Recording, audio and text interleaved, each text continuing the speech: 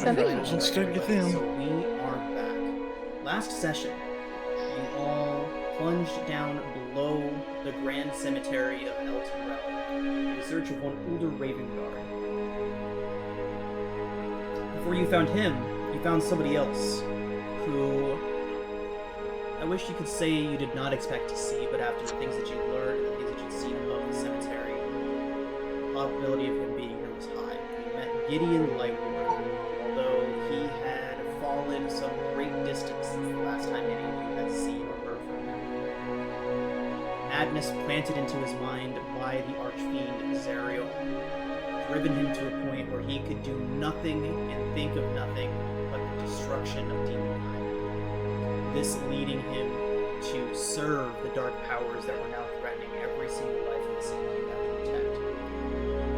Although, while you were speaking with him, it did become clear that his intentions were not for you, at least not for the time being. That he had a singular job to do in the city.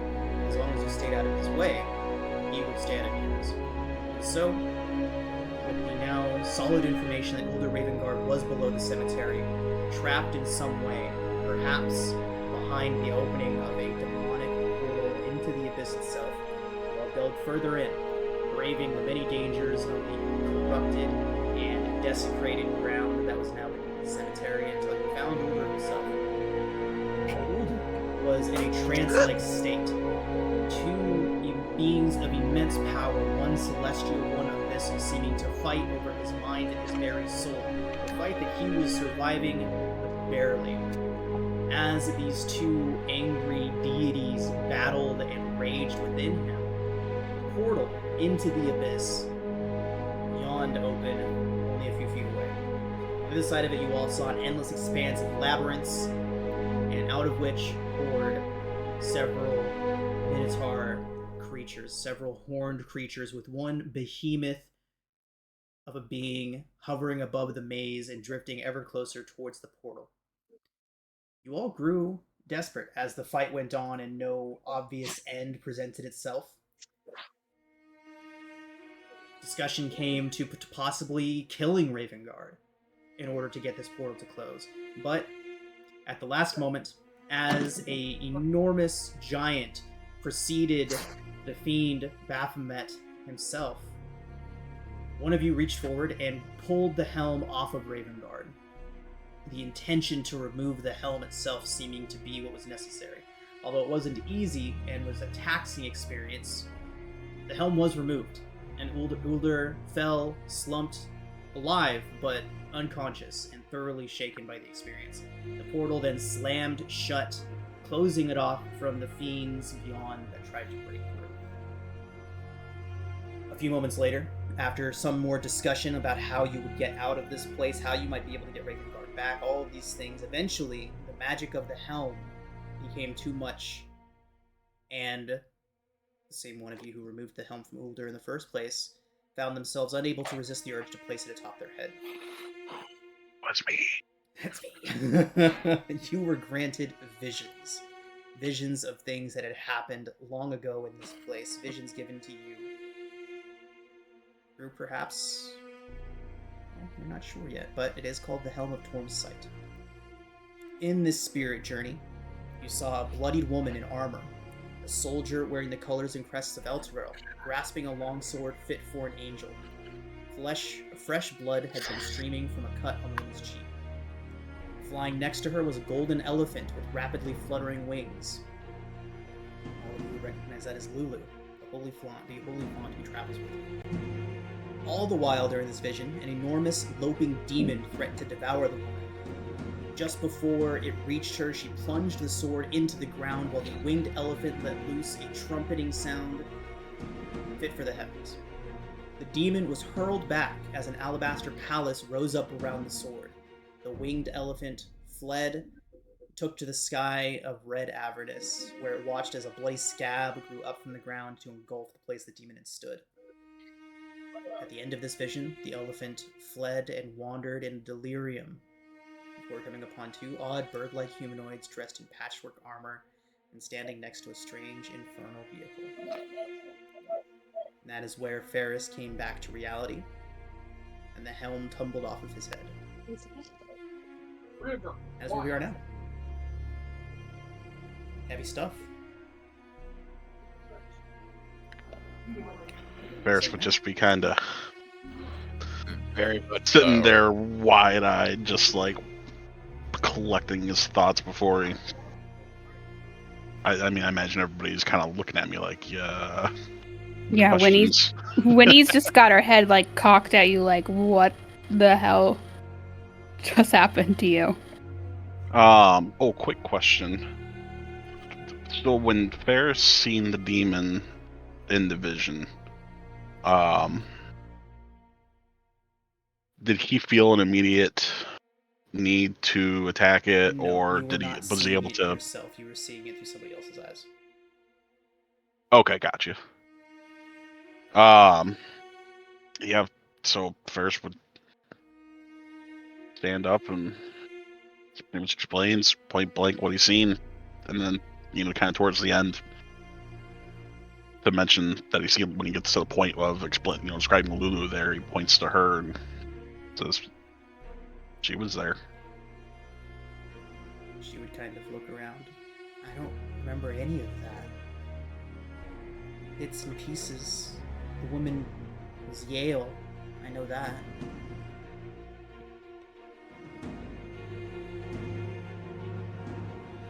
Does any of that make any sense to any of you?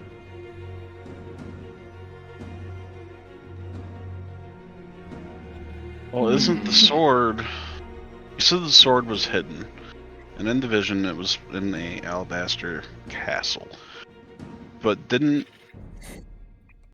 No, the sword that we have is a different one. That was the hero of... Yes. That's not the same person, is it? We have two swords. We have this hero of the unnamed, or sword of the unnamed hero, and Yale's sword redemption.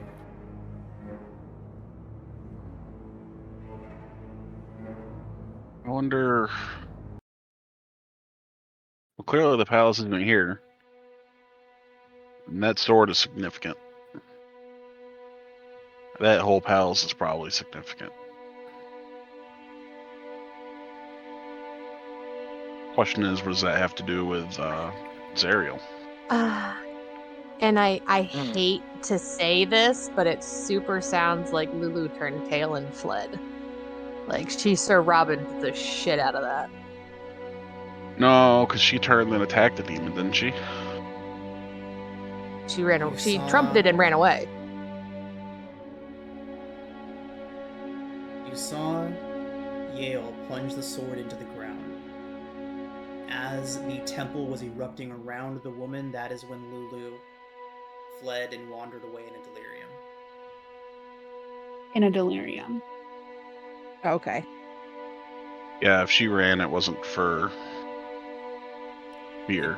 From the vision, Lulu trumpeting as Yale was plunging the sword into the ground seemed to be the catalyst for forming the place, and did not seem to be any easy task. Yeah. That makes sense. Ooh. From the vision, was Ferris able to see like the surrounding area of where the alabaster palace popped up?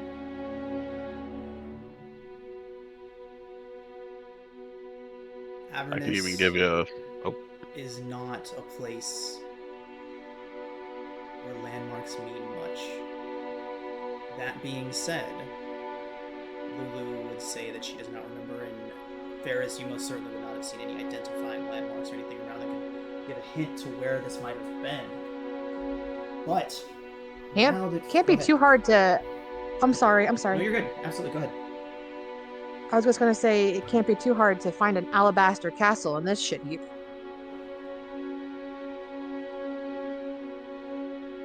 Well, At this point, all of you would hear a deep voice. You would be surprised as Gargoth breaks his silence. Says, your friend speaks of what we know as the scab. There's a wound in Avernus, a wound that has been trying to heal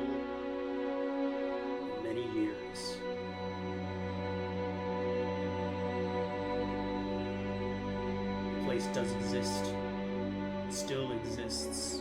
Any with a bond to this place, as the one I possess, can feel it as a festering wound on their back.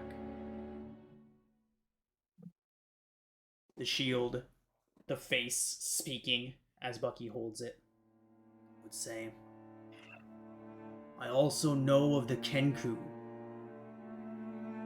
I know where to find them. Perhaps from there we can piece together the little one's journey.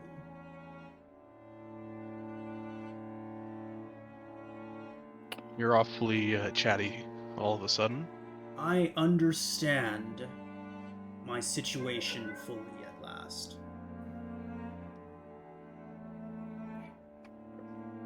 I am Well- trapped inside of this shield until you all decide to free me. To that end, I will agree to anything that you wish, as long as it sees me in a position to take control here. I will never leave the Nine Hells, nor move a hand against you or anyone else that you know.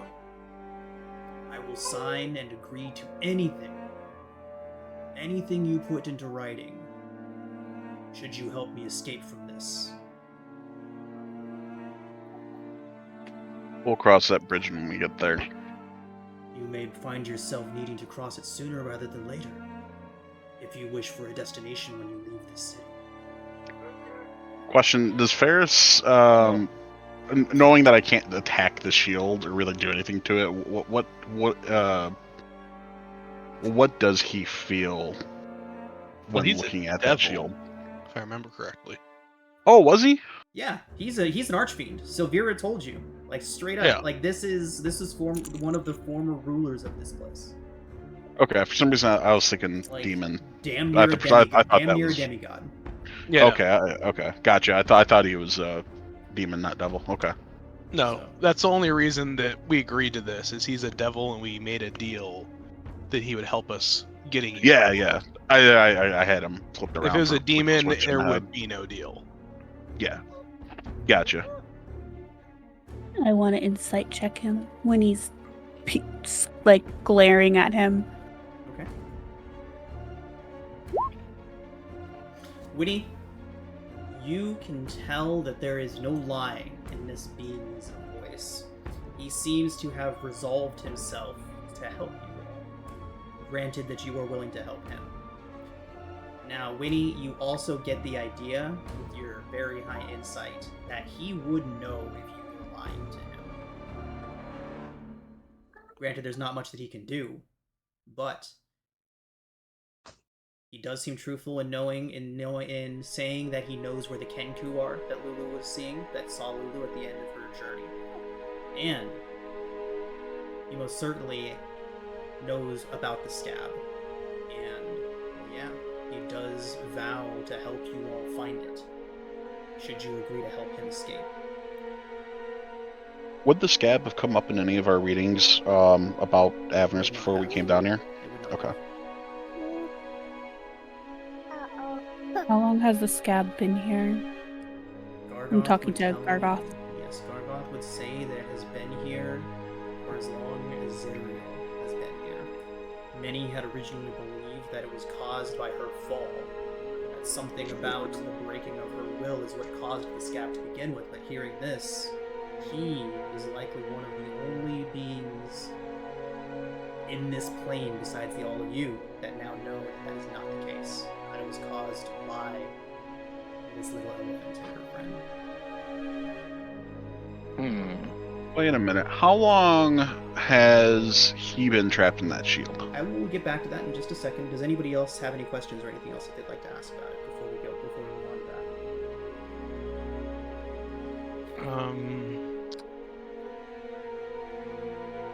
I think we're going to have a much longer discussion before we make any agreements.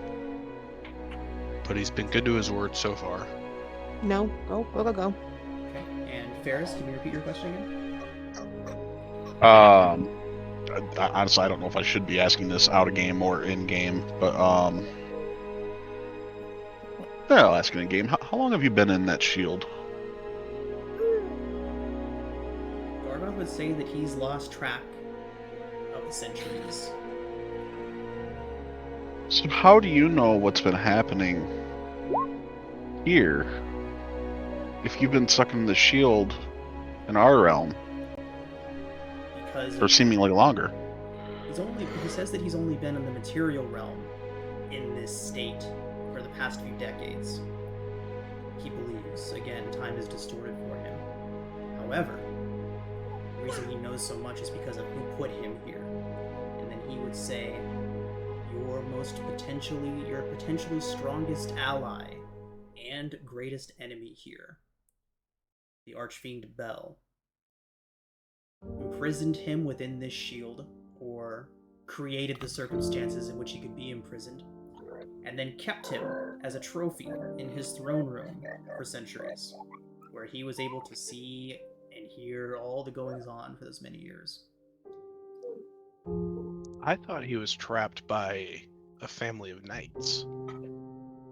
That, he would say, is what the people above would have wanted you to believe. But he believes that Bel orchestrated that entire situation to get him out of the way.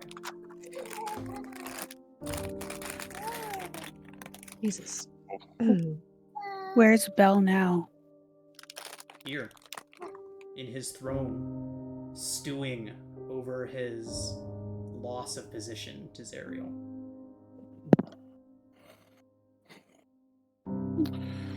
Where in Avernus is that throne?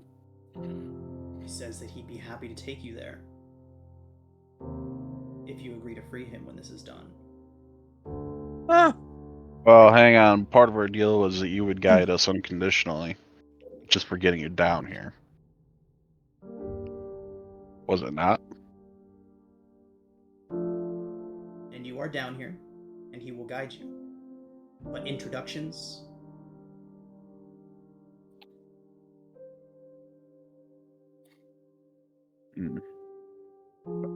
We can talk about what you're allowed to do when you're freed another time. If you're freed. I think we have some things we need to do first. And I'm just going to look at Winnie because Winnie's kids are still MIA. And just know that you being free is an absolute last resort. He says that he has faith that all resorts will need to be used or explored before this is done. He says that as a sign of goodwill, you all can almost feel the humility in his voice too. Like, he fully understands that he's not getting anywhere without your help at this point. But he says that as a sign of his goodwill, he will lead you to Fort Knucklebone before anything else is discussed. He says that is where you'll Ruthie. find the Kenku. So that is where you'll find the Kenku from Lulu's vision, and where the first steps to backtracking her to the sword can begin. What about this, what was he, a merchant that has the kids? Winnie just winces a little bit.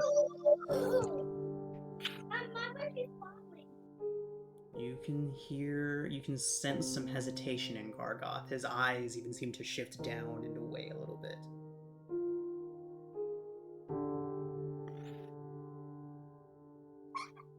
He says, Mahadi, of Mahadi's Wandering Emporium. That's the one? He will be difficult to deal with.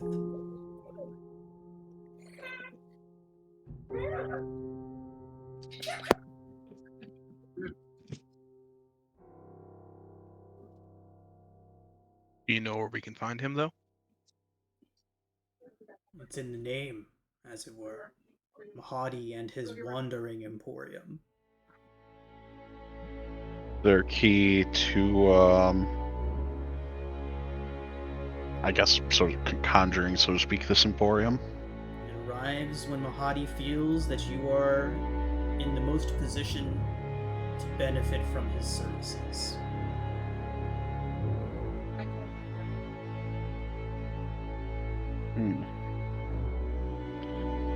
And what is that based on? He's the only merchant in Avernus.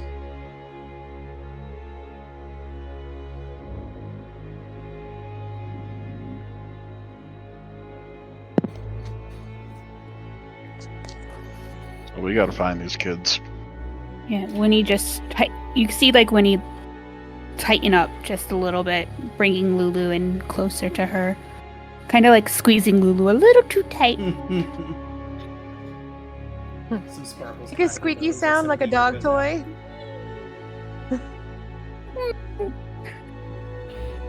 I feel that's the sound she makes. Oh, sorry, Lulu. out. It's okay. We'll find him. And what of Raven Guard? Oh, still unconscious on the ground, drooling a little bit. And we've pumped a healing potion into him and everything already too, right? Yep. Yes. Yeah, okay, that didn't work. Oh We my need to gosh, get that him dog outta is here. scary looking. We need to get back. Yes. I want to know what, if anything, he was seeing with that helmet on him. Well, we better get him Let's find fixed out. then. We gotta get out of here. Get him back to the high hall.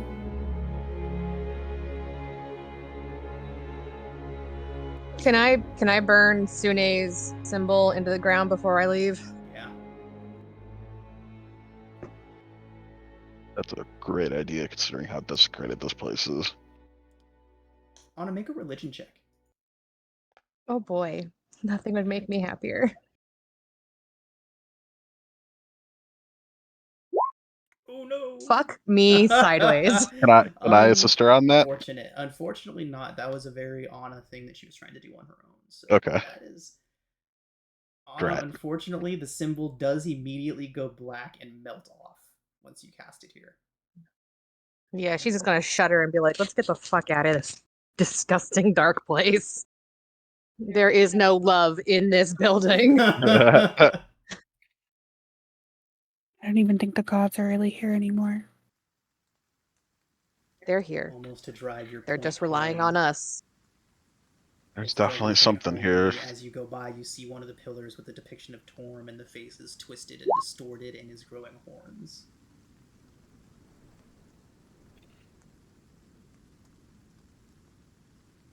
Was that a oh well or a if only roll? No, I think I accidentally hit it twice. I apologize. I'm sorry. It's okay. All right. But yeah, for real, if only. Oh, does that helmet still make us feel the need to put it on? Negative. Now that one of you has put it on, it does not. So do we keep that, or? Yeah. Oh, we're keeping it. I'll carry it if you don't want to. Yeah, I think it makes sense for Bucky to have it. I mean, it's definitely got some significance after seeing stuff in it. And yeah, that's a Bucky thing. Well, the thing is, that the helmet Torm showed us What they call this scar, this scab. Gab. Obviously, it has something to do with trying to get the people of our homeland back home.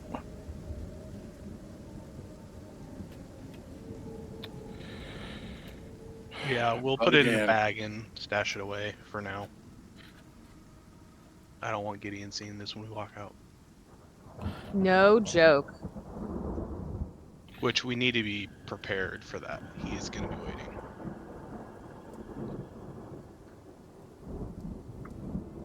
I don't know what we're going to do, but Well, let's take a stock of our situation. How's everybody hit points right now? Hit Not points full. good. doing I good. have one use of spiritual weapon left, and I can give someone Shield of Faith.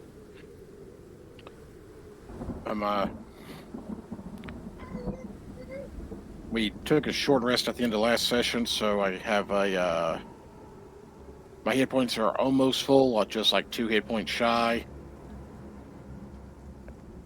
I have one more use of Fighting Spirit to give me a little bit of temporary HP, second wind and action surge. I'm good to go. Yeah, I have all my key points from the short rest, and I have 2 shifts, so I can get temporary hit points from that too. So I'm good. I'm All in right.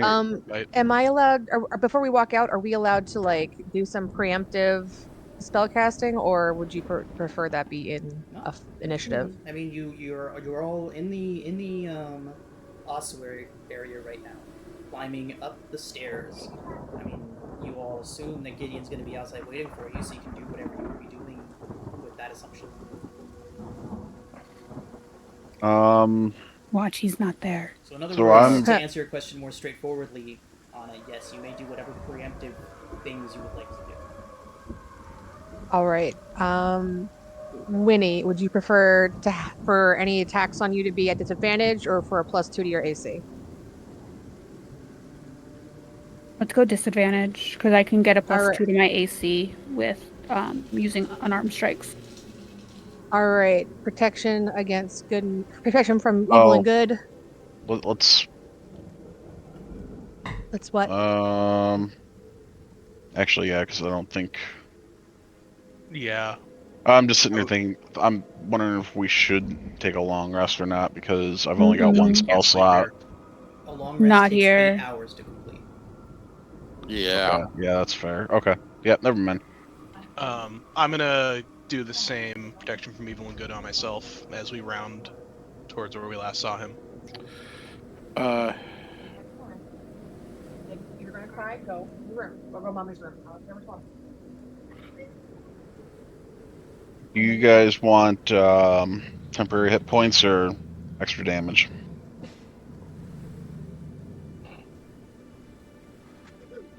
Either one I feel is good. The damage helps, but like the hit points from other games I'm in is OP. Like it's really useful. But you can't go wrong either way. Any extra damage we can do around is awesome, but the extra hit points also come in super handy and like super in clutch. Are we talking spot? We're talking spot. What? Spot would come in clutch hella on Friday. Take that back to her. Okay, so what I think is going to wind up happening is Try to make me feel better. I'll use my last spell slot on that, and then I still got that ring. Let me see how that works. Spell storing. The spell storing ring. Refueling ring. Refueling. Creature can recover one expended spell slot as an action. The recovery slot can be a 3rd level or lower. Once used during, can't be used again until the next time. Okay, so I can use. I would refill one of your 2nd level slots if you have them. Yeah, that's. Because worst case, if you wind up using a 1st level spell, it just upcasts it. Ruthie. Yeah, that's true. Yeah, so we'll do that. We'll put it as a 2nd level slot. Yeah. And then that. What time is it? In game right now. No way of knowing. The lighting condition in Uh, Avernus has not changed since you arrived, and you have been here for many an hour. Remember, Okay. time moves differently down here. So how do we know when it's been dawn or not?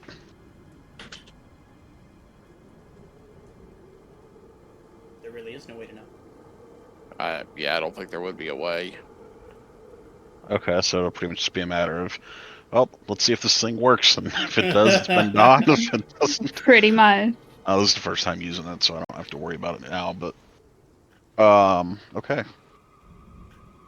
And then, yeah, I'll cast the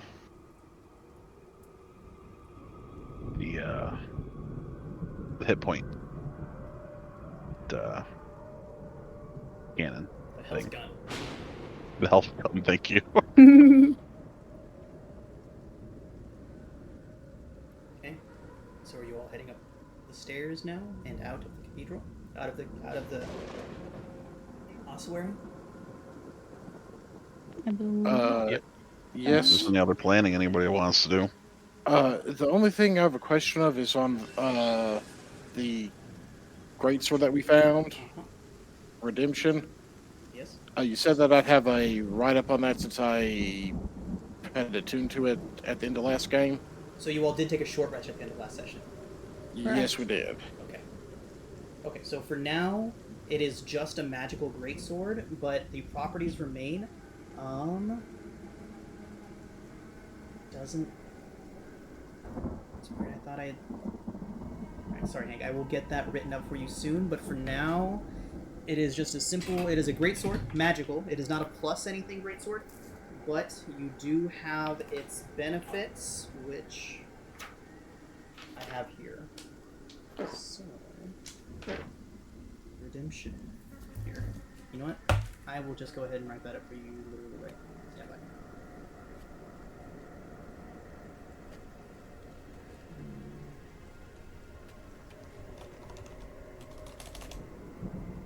And you kept it as a greatsword, right?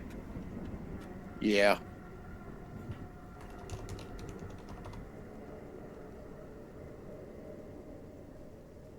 Okay.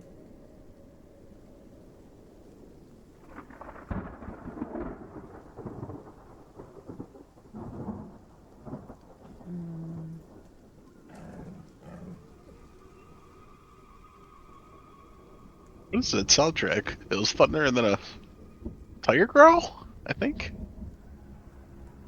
Was I the only one that heard that? Beasts. Yeah, I didn't hear it. It's really low for me. But I think that's just on my end. It was like a decently sized, really nice crack of thunder that like it even had that kind of roll to it when it went on for a little while. And then at the end of that, there was a roar, roar, but like really quiet. Okay. Almost got it. And just now a howl. Yeah, I heard the howl. I have to raise my music up It's on the here. graveyard. Spooky.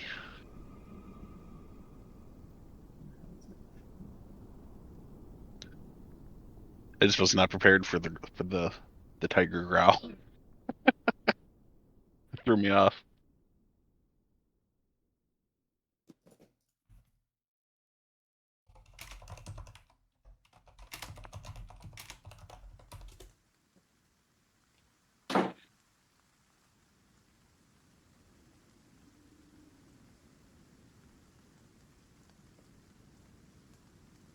Okay.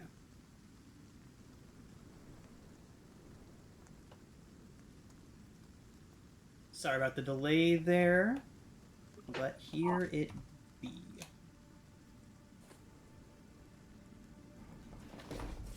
I may need to tweak it and adjust it. I kind of just ripped it off the internet. But I have the official wordage next to me as well, so I can fix that when it becomes necessary. I think this is... Yep, that is the text also. Okay. Oh, it's basically the radiant weapon I gave you.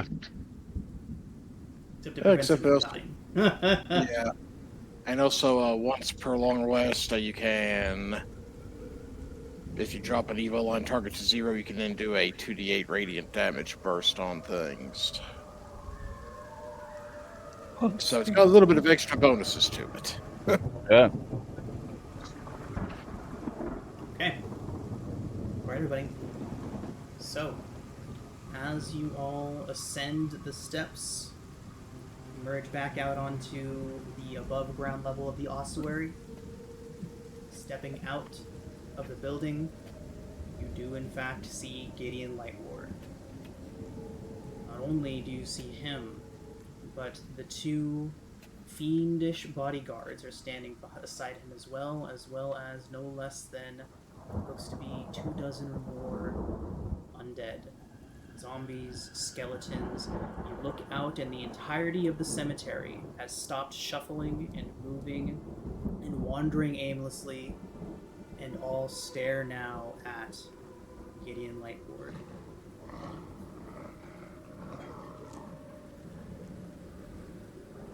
Gideon takes a step forward. He says, "My army is organized. I have you to thank for that, allowing me the time away from this distraction to marshal my forces." He looks you over. Says, "The portal is sealed," he says after he closes his eyes and tilts his head back. You can tell he's sensing the surroundings. The portal is sealed. You all have proven yourselves foes to demonkind. My orders are to keep this city free from the demonic hordes below. And as such, do not concern you. Yet. But know this. When the battle below is won, and this city settles onto its new home on the river Styx, my armies will scour this place. We will purge the cathedral of its pathetic resistance, and all will serve Zarian or perish. He then takes a step back and gestures past the cemetery, and the wave of undead splits.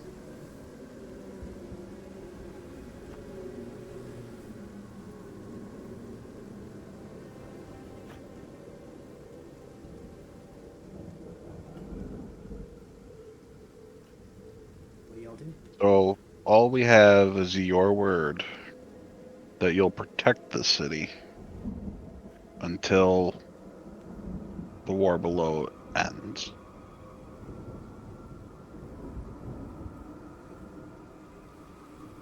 That is what you're telling us. He doesn't respond.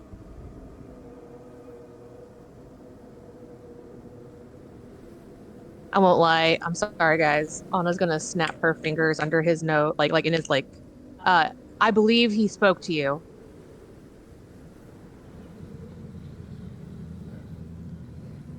I have my orders. If you do not interfere,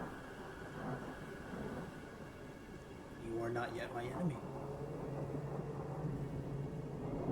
Oh yeah, we're totally known for not interfering. Okay.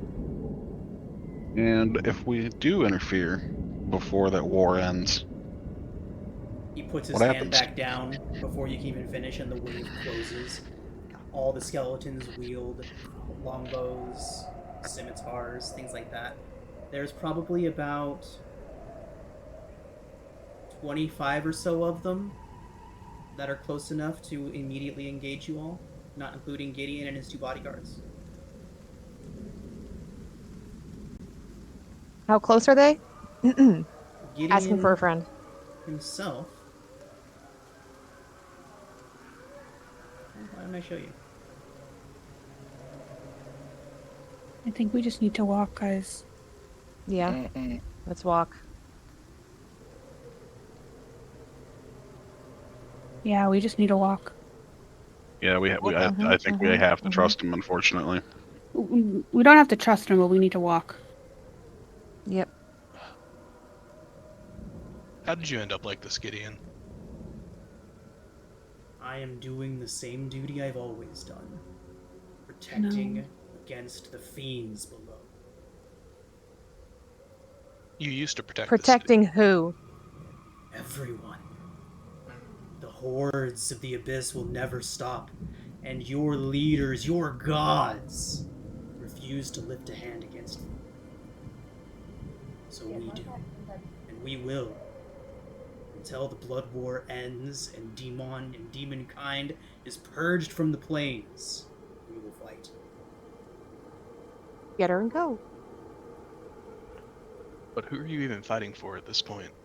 I've already told you. Everyone. Every living, sentient being in the verse. We fight for here. Yet, just said in another breath that you will hunt down every last person in this city that you once protected. Anyone who refuses to fight the war, that is above all. There is no greater cause. No, you're wrong. Not everybody is a soldier. Some people have to be protected. That's just how it is. We all come together. Not here. DM, question. Would Gideon have been one of the people that were at the place, like, at the time when he, like, I was rescued from the orc incursion where my family died. Yeah. He probably would have been one of the Hell Riders that helped. I walk up to him. Not close enough, but I just take a few steps forward. You once protected me when my family died. And now the last members of my family are gone because of this place being dragged down here.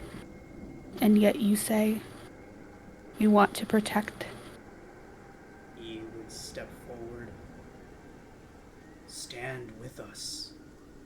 Protect all that you hold dear. And we can help you find them.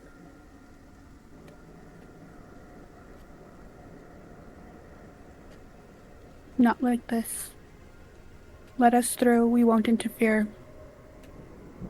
He nods and takes a step back.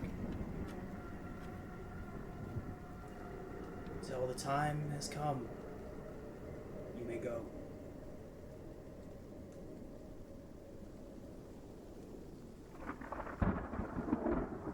When he just starts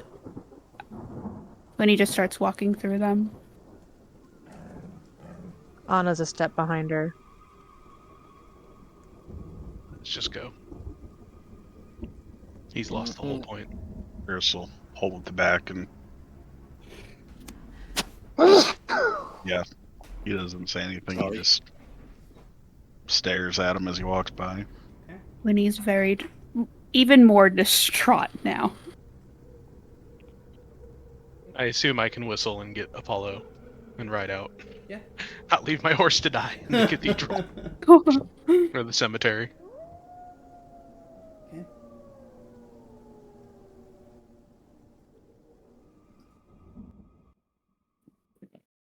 So, the hordes of the undead part before you.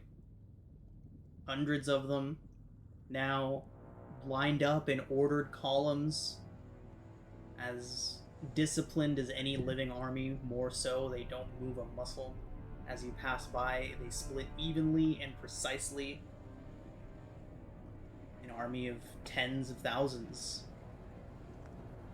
seems to be growing here. Instead of parting the Red Sea, we're citizens of Elturel. So instead of parting the Red Sea, we're parting the Dead Sea. Mm-hmm. Can I make a perception check to see if I see anyone I recognize? Same, please. Don't do that to yourself. She would be feverishly looking around to see if she recognized anybody. Okay. Make a perception check. 18. My rolls are delightful already. Mm-hmm. Gonna reload. You recognize Winnie. Oh no.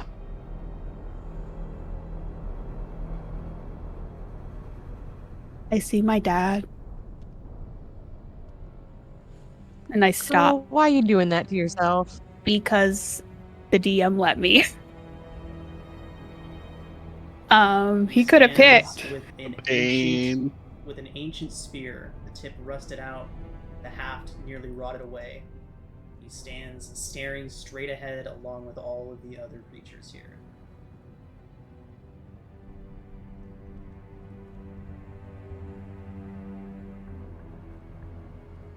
Get him back, Papa. And I'll free you from this hell too. And I just keep walking. Okay. Anyone that glances behind would see that Gideon stands maybe 40 feet away on a small hill, his arms crossed, watching you all.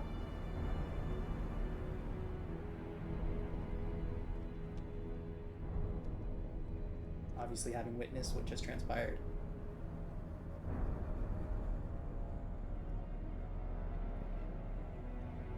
And as was promised, you will learn that breaking deals is not something that these things do. You are all allowed to pass out of the cemetery safely.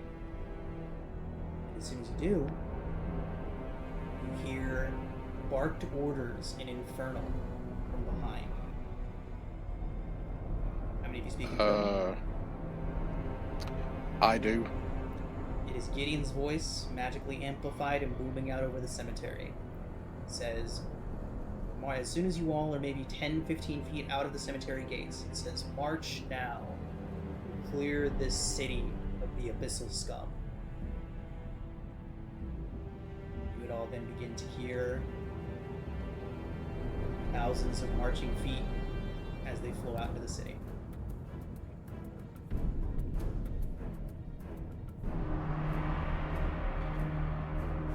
Well, on the bright side, less demons and Eltriel isn't a bad thing. I hope. Balance is a big thing here. Yeah, but we Problem just need to make is- sure the balance down there stays up here. We just need to make sure that our people are safe, and that's the only balance I care about right now. You hear a horse neigh, and the fiery Black Rider dives out of the sky. About a quarter mile north of you, crashing into the ground, another massive explosion and screams of demonic beings. The tide of this battle is most certainly about to shift. We need to get back to the church and try to figure out a way to get Yeah, I'm out of gonna here. city secrets. Get us That quickest. is so handy. It really is. Yeah, as soon as I see him like land, since I feel like I'm probably a little bit ahead of everyone, I look back at Anna and I'm like, quickly, this way, grab the others, and I just take off around a corner just so she can like far enough where I'm like able to scout ahead, but where Anna can still keep an eye on me in case anything happens. I got your back, sister. There's some carrying order. Ravengard? I feel Bucky would on his horse. Right, I was Hello. thinking the same. Yeah. I am also still carrying Lulu because she has become my safety animal. I lost Slobber Chops and now, My Taking emotional over. support elephant. yeah, I lost my emotional support cat, and now, or what is a trestle? Tressum. Tressum. I lost my emotional support Tressum, and now I have an emotional support Holyphant. Quick point of order on Ferris then. He would direct the bird to fly up by stay ahead with Winnie, help keep an eye on things. Secondly, I want to get a pulse from that cannon for some hit points on everybody before Okay, cool. something stumbles upon us, if that happens. Yeah. Let me just. How do we do it in Figure the out other how to game? do it If you here. have enough time, you can expend all of the uses and just max it out. Yeah, you Well- can just get the Max Alex it out. rules. Yeah. Yeah, Alex rules it that if we're not like in combat or anything, You can do it once per round, right? yeah, Okay, so what's the We would just maximum HP get you the can allow max. for that? So everybody, what's your intelligence modifier, Ferris? My intelligence modifier? 4. Okay, Or wait. So Yeah, it's still 4.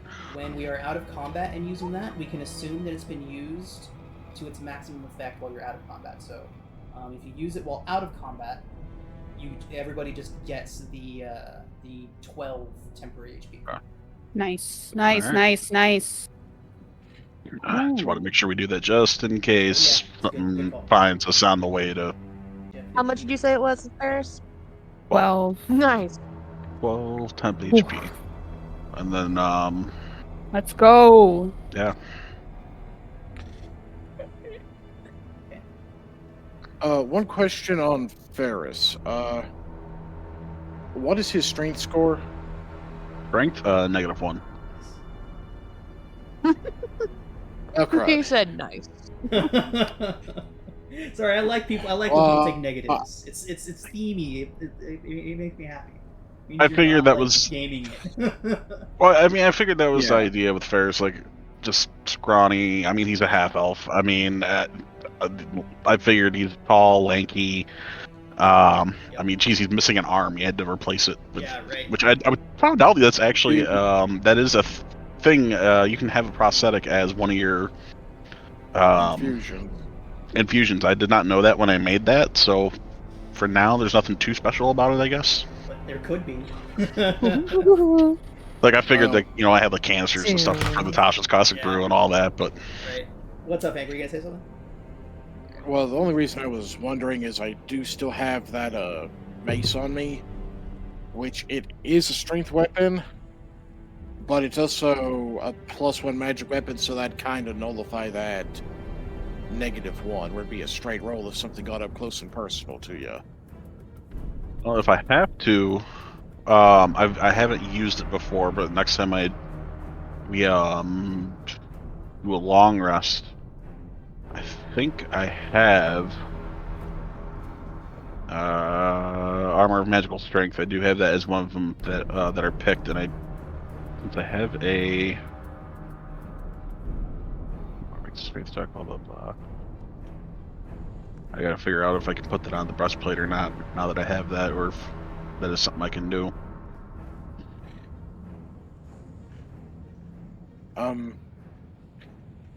If you would like to have the mace just for a backup option in case stuff's getting right up in your face where the distance spells are at disadvantage, I don't mind tossing it over. It wouldn't hurt, because I think all I really have is just my staff for the moment, unless I were to use like a tool. Okay. Okay. Smith's tools hit him with a smithing hammer. Oh, actually, I do have a light hammer, 1d4 bludgeoning. Well, mace does Or 1d6, and in your case with a -1 strength, it'd be just a straight 1d6.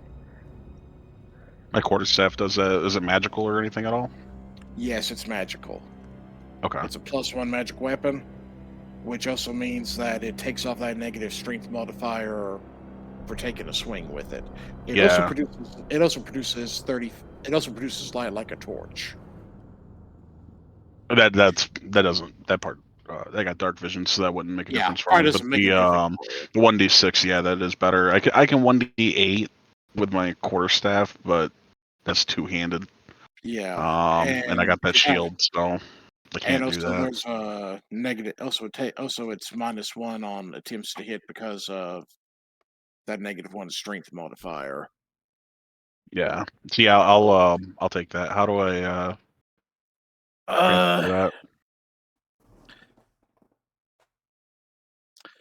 I think the main thing you just put in mace for we actually have it here in our inventory under Lightbinder. If you look underneath where player items are. Player items. There we go. Late binder. Okay. You'll be able to Just drag drag that that over to onto my onto your character sheet, but what you could do is grab any +1 mace from the compendium and drag that directly onto your character sheet. Gotcha. And then you can just rename it Lightbinder and refer to the rules in the journal when we need to figure it out. +1 mace. Oh, just type in mace then. This is redemption.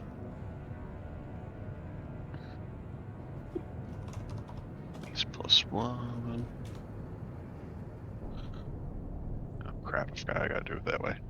Okay. I can do this while you guys figure out the rest of what we're doing. Yeah. Okay. I just figured that'd be a little bit better in case something got up close and personal to you. Yeah, as a just in case. So, you all do make it back to the High Hall.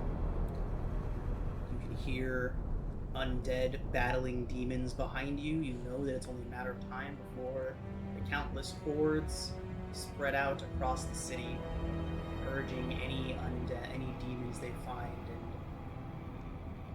bringing about an unknown fate to any possible survivors left in the city that haven't made it into the High Hall. So, with that, you will make your ways down into the cathedral area. Once you get below the High Hall, you immediately notice change. All the torches are lit, and those walls of light that you discovered are now directly in front of the main stairwell.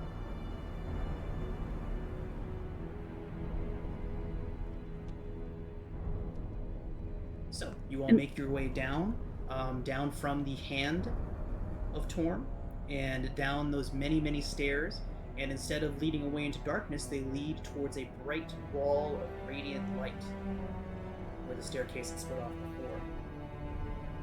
As you all approach it, it begins to shimmer, and then drops. And Faria Jinx and her mother stand there. Welcome you all back. They say that they've been busy. They've bolstered the defenses down here. They've managed to consecrate the entirety of the catacombs and push their boundaries, their barriers, all the way up to the entrance. And then they see Ulder. And they express immediately happiness at the fact that he survived this ordeal. Yes. We did locate the Helm of Torm.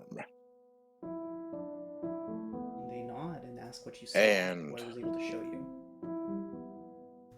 well, our artificer is the one who was gifted with a vision from it. It gave its clues. I Just don't know how to really say more than that. It gave us clues. I mean, I seen.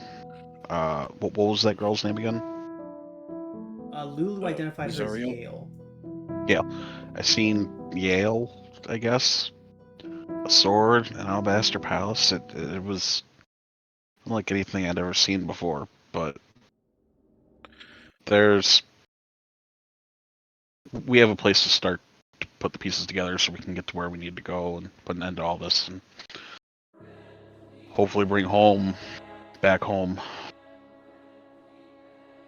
Well, what we sought was a means to get the survivors here back home, and this is the vision that this relic of Torm has given us. They nod. Let's get you inside, However, get you rested, and let's talk to Ulter. yes, assuming he's able to come too, because he may have seen things that we did not.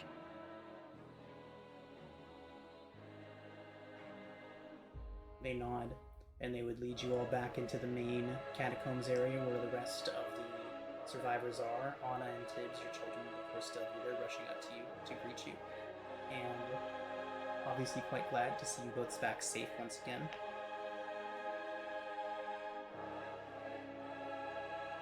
Winnie's gonna let Lulu go so she can go over to Anna and her family and cuddle with Scorcha.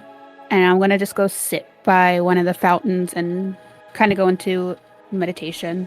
Okay. So, Faria and her mother would begin a ritual near one of the fountains. You all see radiant light begin to spill out of the fountain and over Ravengard. It takes them a good hour to cast this ritual, which of course means you all can take a short rest if you'd like to, or if you need one. I don't think anyone does. Hasn't been long since our last short rest, but after a good long while, Ulder, light pouring into him, would sit up and gasp, his eyes wide. The helmet! Have we recovered it? We've got it. Look back towards We've got all it of right you here. Stand and say, "Thank the gods for all of you." What happened down there? We were wiped out nearly to a man as we fought towards the helm.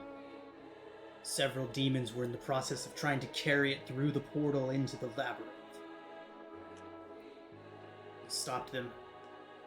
I was able to recover the helm, but I couldn't resist donning it. And then What did you see? he would say that he saw the exact same thing that you saw, except he says that while Torm and the demon lord Baphomet were fighting within his mind. You can see it pains him to even think about it. He would say, Torm repeated the same phrase to me whenever he could. Redeem her.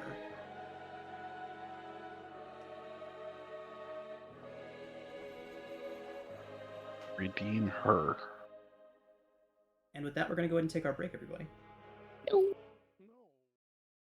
Alright, It's so me. we are back once again. You all have safely recovered Gideon Lightward. I'm sorry, you all have safely recovered Uldur Ravengard. Confronted Gideon Lightward and gotten past him and his hordes of undead creatures. You made your way back to the High Hall Cathedral, where Faria Jinx and her mother have managed to restore Uldur back to consciousness. He immediately began questioning about the helm, and once he learned that you all had it safely, he shared with you that while the vision he received from Torm through the helm was very similar to Ferris's, Torm spoke to him directly, saying, "Redeem her."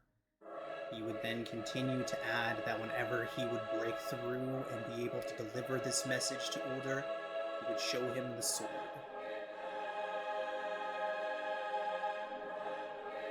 Relaying this to you. Redemption. Uldur I don't believe that it's- the sword is the key to saving not just the city, but possibly Zariel herself. We want to save this bitch. That's Mel talking, not Winnie. We want to save the city. 100%. He says that doing one might be doing the other. Precisely. I mean, if we can save Zariel, we need to try. Question is, But the city comes first. did he mean redeem her as in Zariel, or did something happen to Yale? We don't know what happened to her in Yale's this whole scenario. dead. Okay, well, I guess we Yeah, do know. I think we knew y'all died from Lulu. Yes, Lulu said a few times that Yale sacrificed herself to keep the sword hidden. The magic that sent Lulu flying off in a delirium is the same magic that destroyed Yale. That was Lulu. We know for a fact that it destroyed her. That's what Lulu thinks. That's what Lulu Yeah. thinks.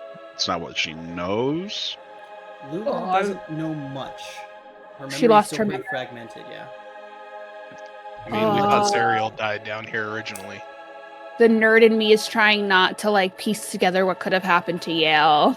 That's what I'm saying. Like, I'm not 100% sold that she's gone yet.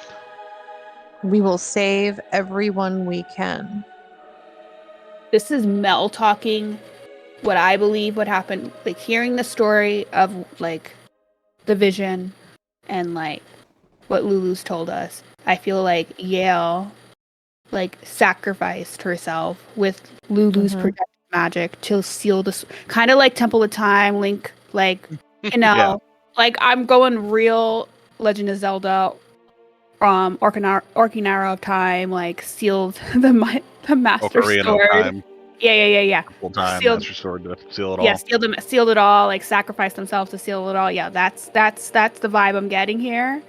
But like that's just Mel talking because I'm a real big nerd and I play a lot of video games. Nerd. No, I'm with you on that. That's part of why I'm wondering, like, okay, we She's know that her she's- memory has yeah. been wiped. And her. we know from the memory, we've seen a palace come up where the sword was brought down. Now, that tells me one of a few things. That tells me there's a possibility she may be in that palace. That palace may have protected her, and or if something did happen to her, just because, I mean, this is Avernus, of course. She might not be dead. She might be something entirely different. For all we know, she could be a prisoner. She may have been transformed. I mean, look at like people like Gideon. You said that his like head was caved in, yet here he is, still Gideon, but not still Gideon. You know what I mean? I feel, see, mine is a little bit different, like my assumptions. I feel Yale is maybe not physically here anymore, but there was also that demon that was chasing her and Lulu that was also Yeah. slipped away. So I That's what I'm think thinking. She like, might be. That's why I think she might be changed. I think she's not changed in the sense, but like her connection to whatever god she followed, or it's Torm that the Hell Riders follow, correct? Torm, Lathander, and Tyr, all the big good ones. Okay, so whoever she really like rode for, literally and figuratively, they She helped. rode for Lathander. Okay, so She Lathander's. was an angel of Lathander. Okay, so Lathander helped her kind of seal everything. You know what I'm saying? Like she's the magic that is protecting this palace. She is the magic that caused the scab. She is the magic that her soul is the scab. You know what I'm saying? Oh, that could be. That would that. Again, I'm such a Considering the fucking power nerd, that. and this is how like fantasy stories are. No, that makes sense. Considering the power that apparently souls have in this universe. I mean, the fact that they Their currency. have a currency out of them. Also remember that Gargoth called the temple, the citadel, a wound, and that the scab was Avernus's attempts to heal that wound, and have yet been unsuccessful. Okay, so because of the radiant power, she caused this wound in such an evil, dark place with the light of Lathander. Yeah. To a place like this, radiance is very much like an infection. That makes sense. So, as you all are pontificating over this, what is Anna and Tibbs doing? Tibbs is spending just a little bit of time in prayer to his various deities. Okay. And he's also thinking that, and also once he's done with that, he also is going to relay to Ravengard the fact that the demonic hordes are going to be coming for this place once they are done with. Well, the devilish horde's going to be coming here once they are done with the demons in the city. Okay. So Ulder would begin discussing with you how they plan to defend this area, and Rhea is paying extra close attention to this as well.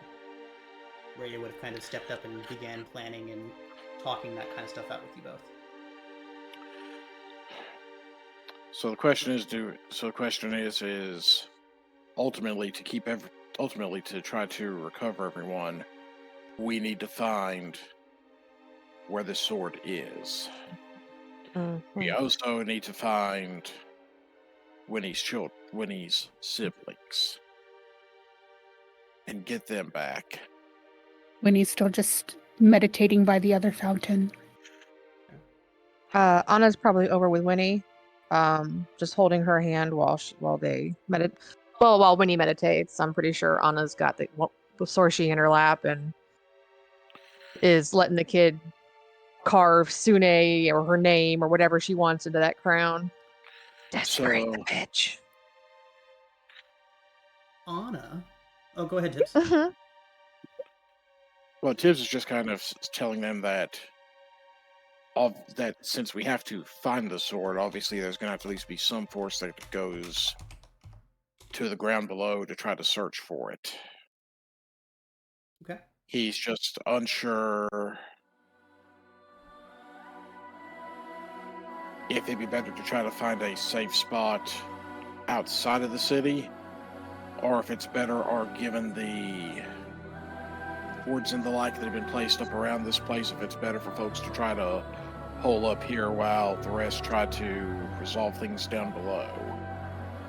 He would say that, judging by what he's heard, Ray would have explained this to him from When you all found that secret passageway and sought beneath the city, he says that he can't think of any safe way to transport this many people down. He says even he would have a hard time finding a way down, let alone hundreds of sick, wounded, desperate people. We also have Gideon's word that until they deal with the demons, He said until El Terrell rests on the river Styx. So until El Terrell has fully been pulled down, which they won't do until that battle's won. so this might be the safest place. Yeah, I think if we, I think first we round up any survivors we can. So that means we finish finding the kids, basically, and anybody else that may be involved with that. We get them here, finish any fortifications that might need finishing. If they don't need our help, then we're gonna do what we're gonna do. I think what Ferris is gonna start doing on his downtime is working up blueprints or plans for a some type of, I don't want to say flying contraption, but possibly a hot air balloon or a glider of some type. Or are we just gonna do the? So Are we just gonna ride before Lulu down we- there? That is going to be a whole discussion on how you all Okay. plan to get down. Before we get into that, Anna, as you are letting Sorsha carve things into the crown of Tiamat, she's kind of giggling, talking with you, playing with Lulu a bit, and then she would turn towards you, and she would ask if you know the pretty ladies. What pretty lady? She says, ladies, 5 of them. They've been talking to her in her dreams. Say one wears green, one wears black, one wears white, one wears red, and one wears blue. Shiny, long dresses. She says they look like lizard scales. Balls.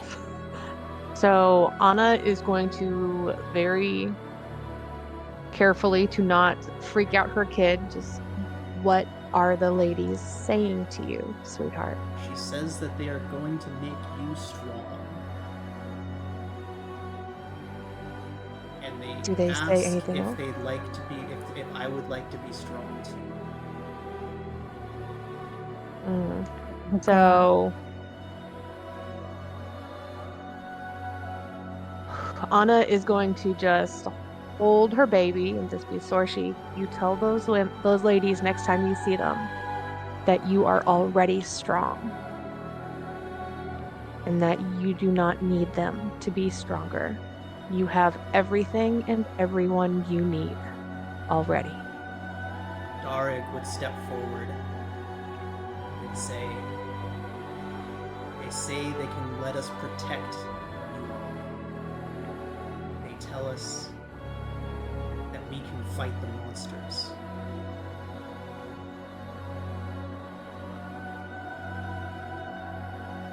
It's our job to protect you, not the other way around. We aren't going to let anything happen to you. Those ladies are dangerous. They are the monsters.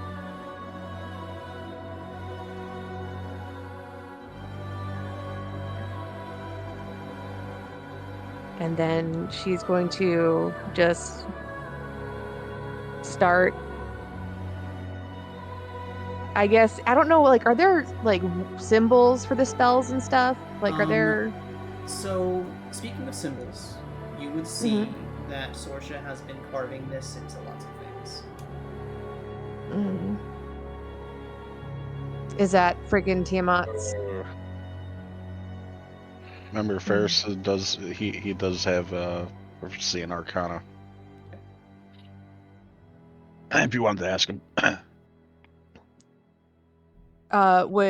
Would Anna know what that is? I think you would innately know and recognize Okay. it given your connection. I am going to show Sorshi how to turn that into... Hold on, I got a picture. Hold on.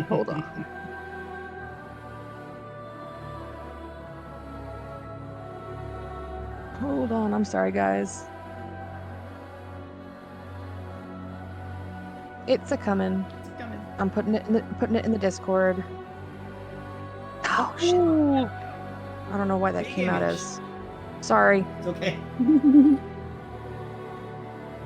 Anyway, I it's have never- Sune's. It's Sune's imagery.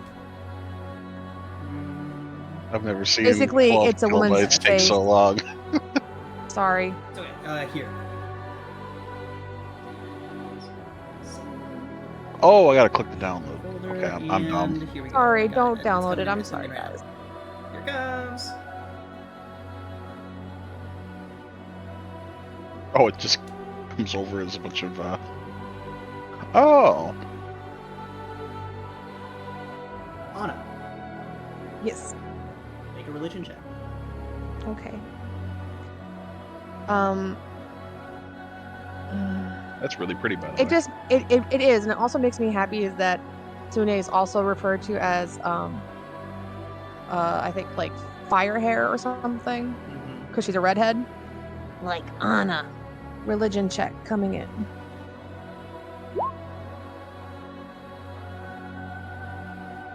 I'm gonna take my sessional. I'm taking my sessional. Yeah.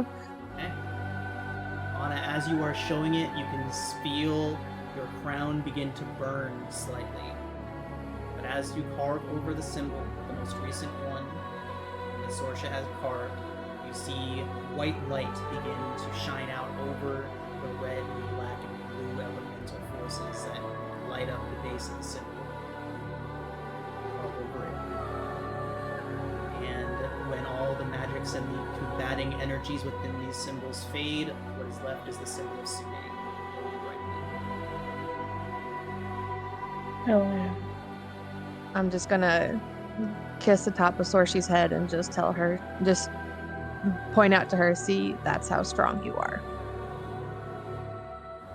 She smiles.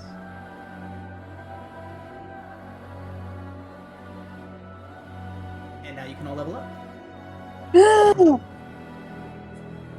are Oh, not gonna fuck with my 4-year-old. Thank you, Tiamat. Almost got me over here. While we do 8. level up, Yeah, 4 and 8. Oh, well, let me make sure the compendium's on before anyone goes any further. If Okay. anyone has already begun, back out, I backed out. cancel, and exit. All right. Okay. The compendium is not on, so very important to cancel and exit, not just close it out, cancel and exit. That option is at the top of the level up page. Mm-hmm.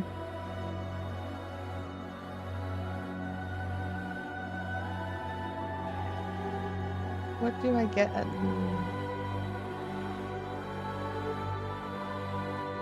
And the compendium is now on. Everybody go ahead and refresh your pages now. Wait, mine's taking a second to load. Okay, now you can refresh. If you, yeah, refresh everybody, and the compendium is now active. Hooray. All right, that can Just refresh roll 20 right quick. Oh pull up no, the page. music, it was so Oh, good. It was good, yeah. Oh Mhm. man, that entire it was, man, it was so cinematic. I don't know. John, you are giving us such solid roleplay time. I'm freaking. Yeah, I really love it. Important session. Important stuff is happening.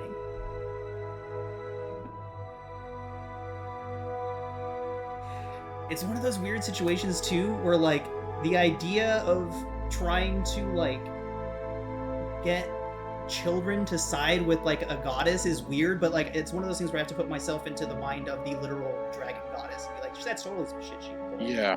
Like, Oh, 100%. That is Oh, 100%. yeah. She's evil. right? It's like when I'm trying to run Curse of Strahd, like I fully leaned into Creeper Strahd because that's the way he's supposed to be roleplayed. It gives me a little bit of the ick, but my players are loving it, and it seems like they're actually connecting with him as a villain, which is important. So I'm trying to bring that Ooh, into yay. stories where I need to stop worrying myself about what these evil characters will do. Yeah, because everyone knows they're evil sacks of shit. They're Yeah, gonna right. do evil sack of shit stuff. It's like the Cersei Lannister thing. Like, I don't want everyone to hate me because Tiamat's a bitch.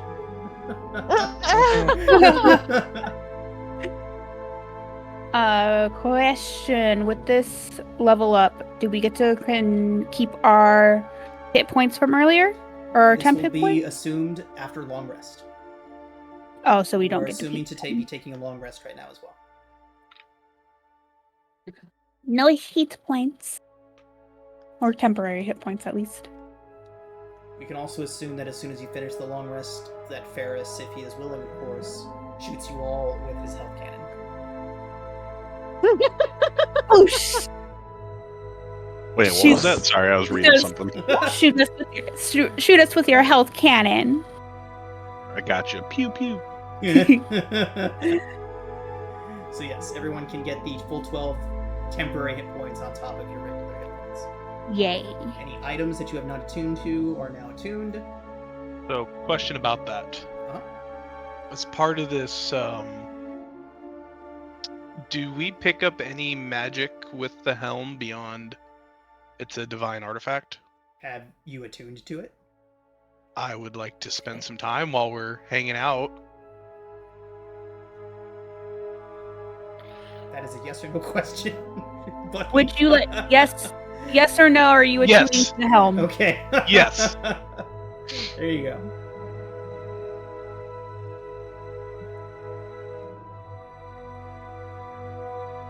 Interesting. Very, very interesting. Very nice. Ooh, I just got Find an the big idea. guy. Now, like, I'm not great with... Actually, no, I'm pretty good with insight. I mean, you get what did it say? A proficiency? It's in the player items, not everyone Advantage wants to see on it. insight. As pretty much any time we level up, I always recommend that everybody goes and takes a look at your player items folder. Make sure that each of those items is being carried by somebody, and that you are aware of what they all do. I cannot tell you how many campaigns go where we get to like level 10 and there's this huge list of magic items that everybody forgot existed. The only magic items Winnie has is the Ashababi. I can't say that. Abishai. Abishai. There it we go. is. Abishabi. Abishai swords and the bracers, but that's all she needs right now. Okay. I'm also going to toss this text up for everybody, but specifically Winnie. Read this.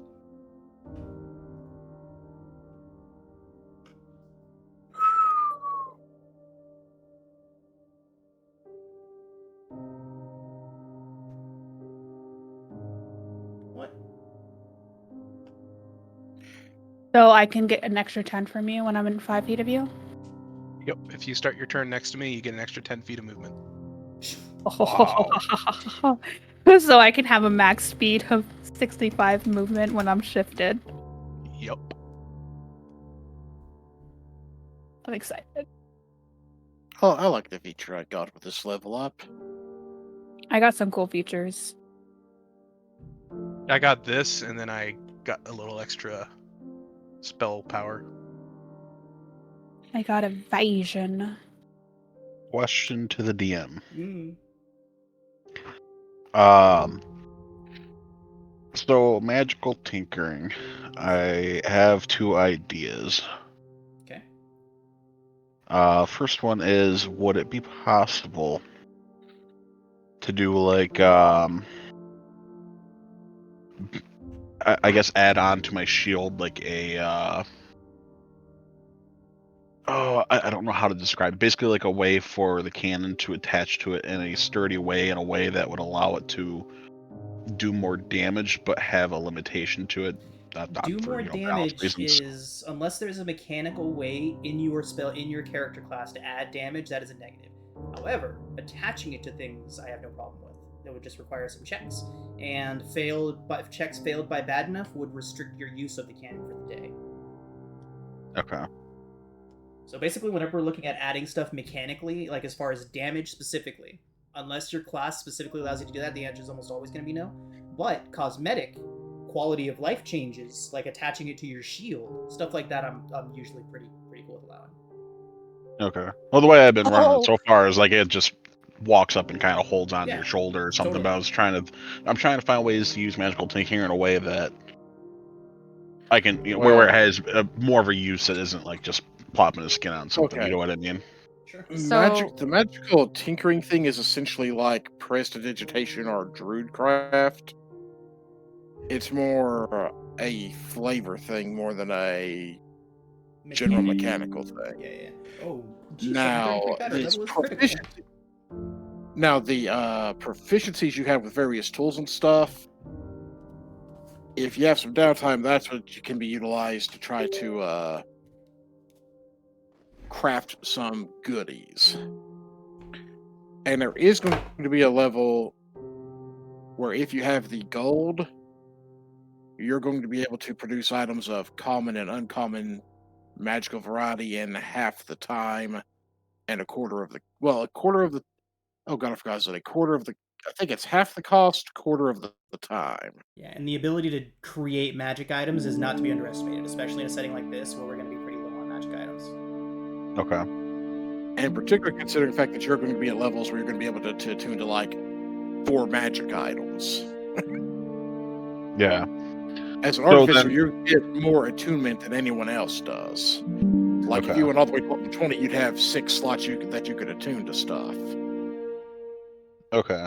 So then my second question, then I'm guessing I wouldn't be able to do this because I know it is damage related in a way. So like if I can't be like, okay, weld all my daggers onto my shield, and then if I don't even know how, I guess mechanically that would work to where it would be kind of like the item in a MOBA where you put it on and when they attack you they take damage. Oh, what? Pretty much, Like a yeah. spiky shield. It's just a random idea that popped in my head, but would something like that be possible then, or?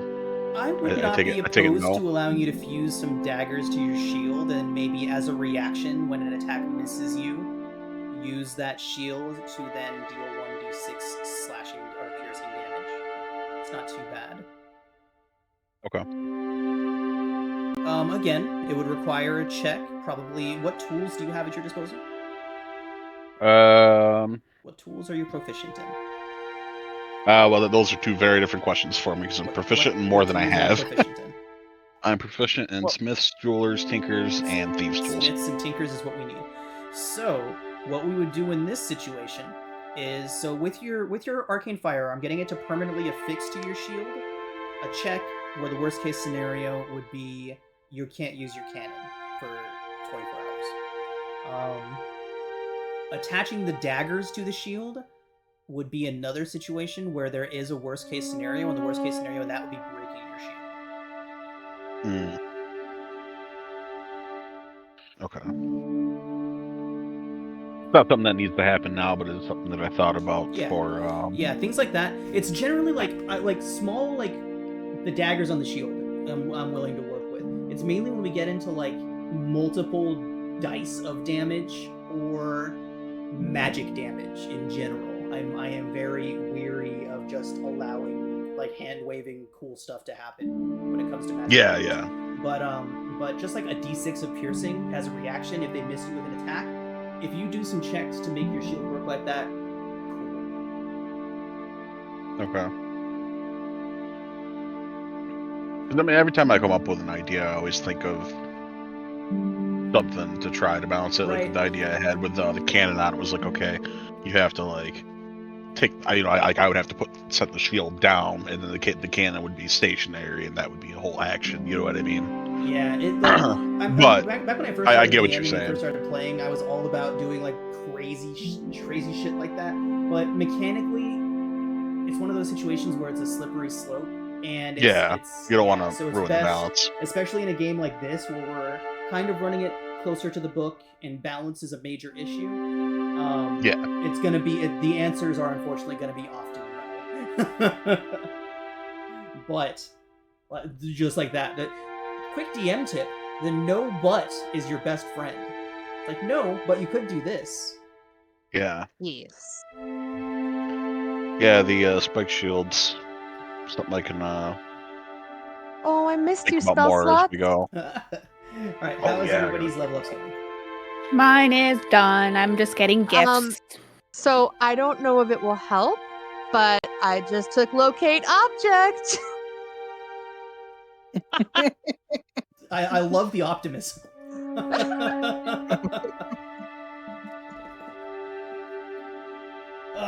It's hot as fuck in here.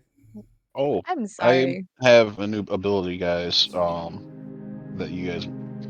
Yeah, my level up had almost nothing, so I got a little more health. And then this though, Flash of Genius. I've gained the ability to come up with solutions under yeah. pressure. Oh, When nice. you or another creature you can see within 30 feet of you make an ability check or a saving throw, you can use your reaction to add your intelligence modifier to the roll. Flash of Genius is huge. We like Flash of Genius. Get my except for Yeah. my single most impactful ability. Flash of Genius doesn't seem like much on the surface, D, but it is the. Oh no. Yeah. It's basically I basically get 4. What was it, 4? Equal to your intelligence. Yeah, so I get 4 basically inspiration that I can just give away. Yeah. I mean, it's not inspiration, but it's almost as good as it. So. Yeah, Flash of Genius is huge. That is one of the staple abilities. Very good. Yeah. Very Let me It rephrase the original statement. I didn't get a lot of stuff. It was pretty much just click next 4 times. Yeah. But I did get this out of it. See. And whenever you get to where you can boost that intelligence to a +5 for next level up, you get an extra use of it as well. If only there were things down here that you could make deals with for extra intelligence or anything else like that. Well, apparently some magic ladies are gonna make me strong, so right on. Oh, Honestly, D, at this point, anything's possible. as a note, D,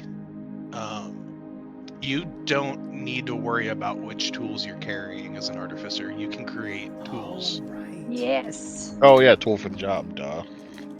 Just pointing that out since that was mentioned of what do you I have forgot with you. about that. You Yeah, can the right create tool whatever for the tools job. that you need. I think the only thing is you have to have Tinker's tools to do it, I think. I believe I do have those. Yep, I think we made sure that she had those, because if you have those, you can then shift them into whatever the hell you need. Yep. Like, I think it takes a long or short rest to do it, but you're not like, oh, if only I had a hammer. Yeah, because like we did that lockpick before. Yeah. We turned them into lockpicking tools. Yeah. Or thieves' tools. I got evasion. That's such a good ability. And stillness of mind. I can end effects that are causing me to be charmed or frightened. I functionally Very got nice. 2 more 3rd level spells. Sweet. So, I got you know, proficiency and wisdom nice. saves. Ooh. That's good. Oh, hey guys. I have 2 potions of fire breath, which I no longer need. Who would like? I thought I took those already. Yeah, You I did? have my. Okay, Cyrus then let has me unclick. Thank you. Can I pour one down Gorgath's mouth and have a flaming shield? You mean the flaming shield that can already cast fireball, wall of fire, and like Yeah. probably fire breath? Exactly that. Sure. Can't do Oh, extra fire breath. spicy. Double Just fire. extra spicy fire breath. Oh, the Incendiary fire. rounds. Also, 60 HP. I am buff. I am 52. 55.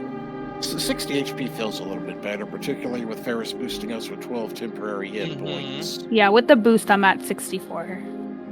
Yeah, same. I also have 52 regular hit points. Nice. I have a question, DM. That's quick.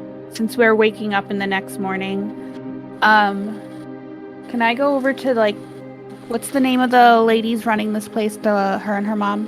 Faria and Faria's mom. Holy shit, I've got Okay. I walk off over to Faria and Faria's mom, and I dig through my rucksack. And this is because I was looking through my Ellen and Faria. Ellen. Okay, so I walk over to Ellen. Oh, what a strange combination of names. Ellen and Faria, and I'm digging through my satchel, Ah. and I'm I glad pull one of out- You decided to start going through your stuff like that. get to what you're looking for, Winnie, you do find a rolled up piece of parchment. It looks old, it looks dust stained, and it looks slightly scorched around the edges. Attached don't to pull it that is out. a little letter that says sorry, and below it is, oh my god, what was his name? Otterman. Little otter. Oh, the wizard dude. Yeah, I forgot his name and I feel terrible about it. Where is he at? Oh, the otter we Traxigor. the guy we met. Sorry, Traxigor. Underneath it. We met him a while ago, right? He's the one who Yeah. brought you here. Yeah, he sent us So, here. Go ahead. So I have a note from him that says sorry. Uh-huh. I'm gonna leave that alone right now and like kind of look at it and be like, the F, and ignore it for right now. And I pull out a rainbow scarf. Okay. Oh man. Oh, And- I forgot about that. I got a piece of string from it. I look at the two women and say, there was a little girl. Her name is Grace. And I forget her description, but I give her this description. This was hers. I found it when we had come back to El Terrell when it was being brought here. They would look gravely between one another and say they haven't seen Grace, but one of the children says that they saw her leave with the cat No! Sorry for shouting. man. No, I'm with you. I just take the scarf and I put it back in my sack. Like, Sean, we love you, but fuck. And I don't say anything to them except nod. Once again, Winnie is just holding back, just utter breakdown, and goes, are there any stained glass windows over here? Any symbolism of Lathander, specifically? Yes, there would be in the catacombs for sure. Not stained glass, probably statues. I'm going to go over to a statue and just sit in front of it and meditate. Like, meditate and pray and reach out to Lathander to see if I feel him again like I did when I saw the stained glass window before it broke into Yell's sword. Okay. Go ahead and make a religion check. Ooh.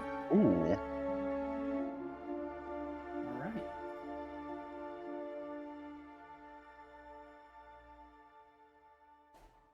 Okay, so I did not expect that. They're both really good rolls. You see a strange, terrifying, yet somehow spectacular sight. Rumbling across the orange dust of Avernus, dozens of strange, they look almost like carriages. Until you get a closer look at them, they're made of metal. They roll around on steel treads, devices like you've never seen before. They roll around, demons and devils alike hanging off the parapets, shouting. You see streamers, colorful banners trailing behind it. This procession of infernal machines. It stops, and within moments, it is formed into a horseshoe of stalls and little stands, each of them run by various infernal creatures. They haggle. Beings from across the multiverse arrive through a canopied entrance. It says Mahadi's Wandering Glory. You see a great red tent at the back.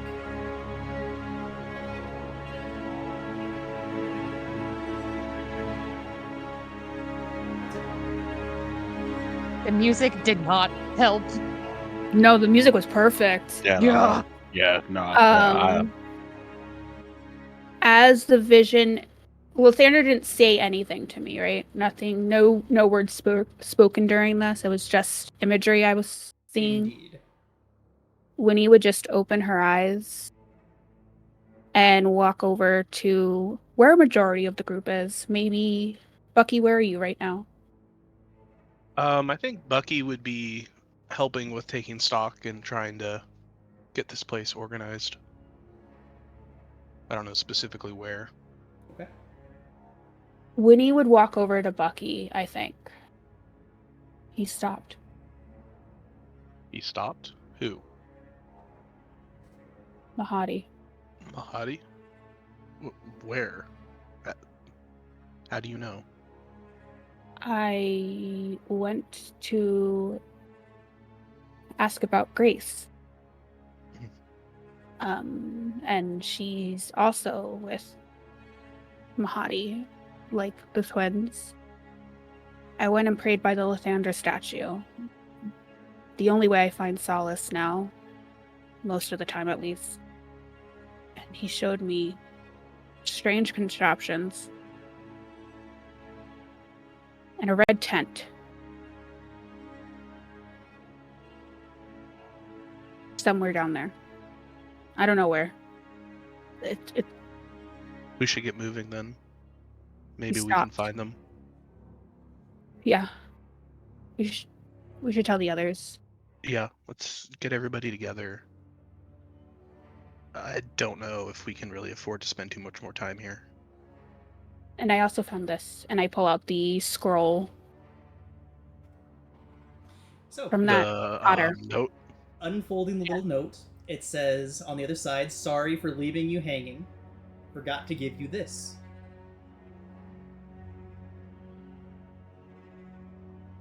What is there something else? Oh. Whoa. Winnie just like feverishly lays out the map and is now like sitting on the floor over it.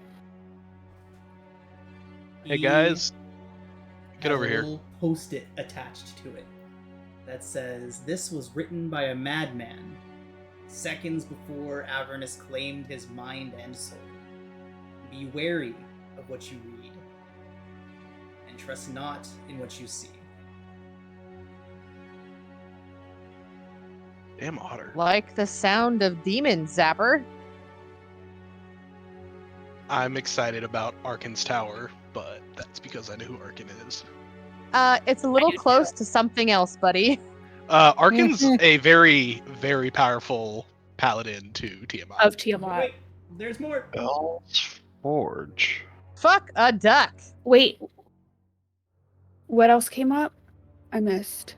So many things came up. Mirror of Mephis. All the ones that are in black popped up. So Pit of Shurma, Obelisk, Mirror of Mephistar.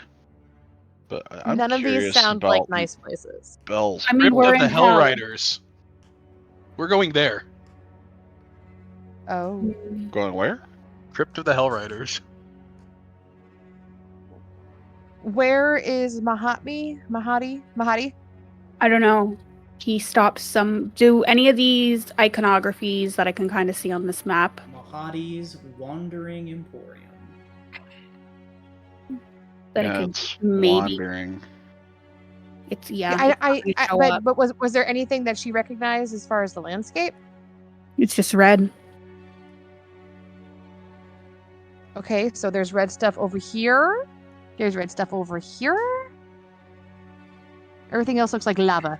Be Oh. wary, Right here. remember the note It's- says, "Be wary of what you read and trust not what you Yes. see." Yeah, nothing. This I'm might be just accurate. This could be 100%. bullshit. So then what's the point of the map, you stupid fucking rodent? Oh, Thank no, you, no, Sean. no, no. Yeah, it's the best cat we have. The Things nice can thing about the change. map is we know at least the names of specific places. Hey, Sean, question. Uh-huh. Who's Kroll? Hey! You don't gotta worry about Kroll. Yet.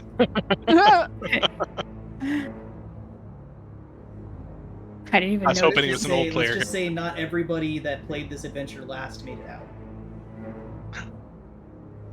Oh. Oh my. Winnie is gonna roll up the map and put it back in my bag. The quicker we get down there, the quicker we find them.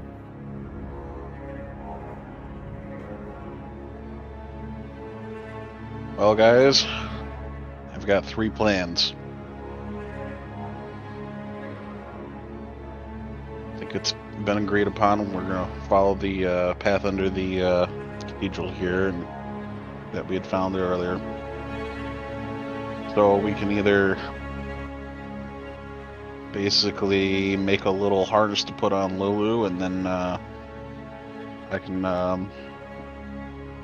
make her big enough for all of us to ride down, or I drew up the plans for a it's basically a hot air balloon.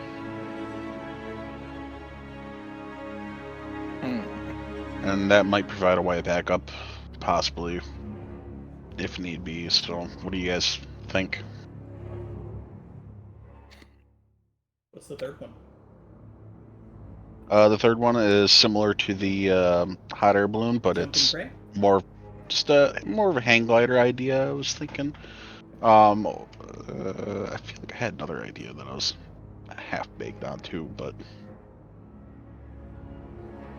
What's everyone else think? either way, we can cut down on supplies by using enlarge. I'm wary about Lulu's ability to carry all of us, even if. Winnie's not sure. And we need to keep in mind, we don't need to just go down. We need to clear the river. And the teeming hordes and regimented legions of devils and demons that battle. Falling into that would be bad. You know what? A little quick to use it, but I'm going to use it. I'd like to cast Commune with Helm of Torm's Sight to see if I can get some ideas from Torm on how to get down. Read Commune. Am I misunderstanding? You get what yes or Commune no does? answers, essentially. Oh, never mind. So is this a good idea? Would be a way of using Commune. But you generally want to use it on something that can be... You know, I might be thinking of Wheel and Woe.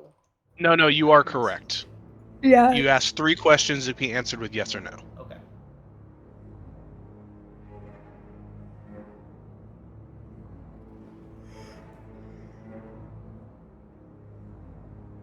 I I'm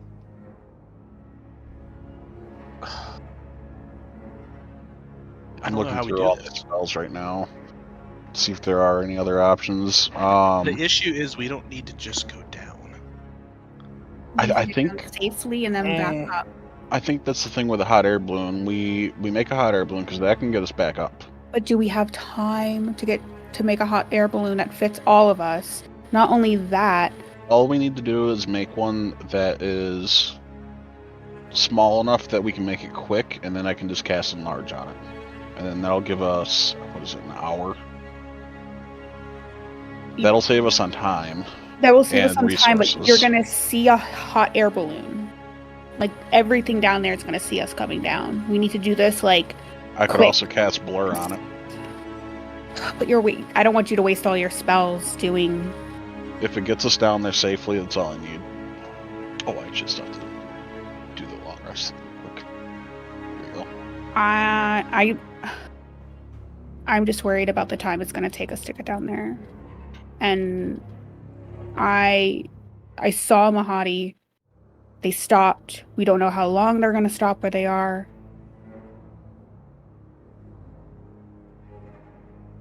Let me look at my list of things.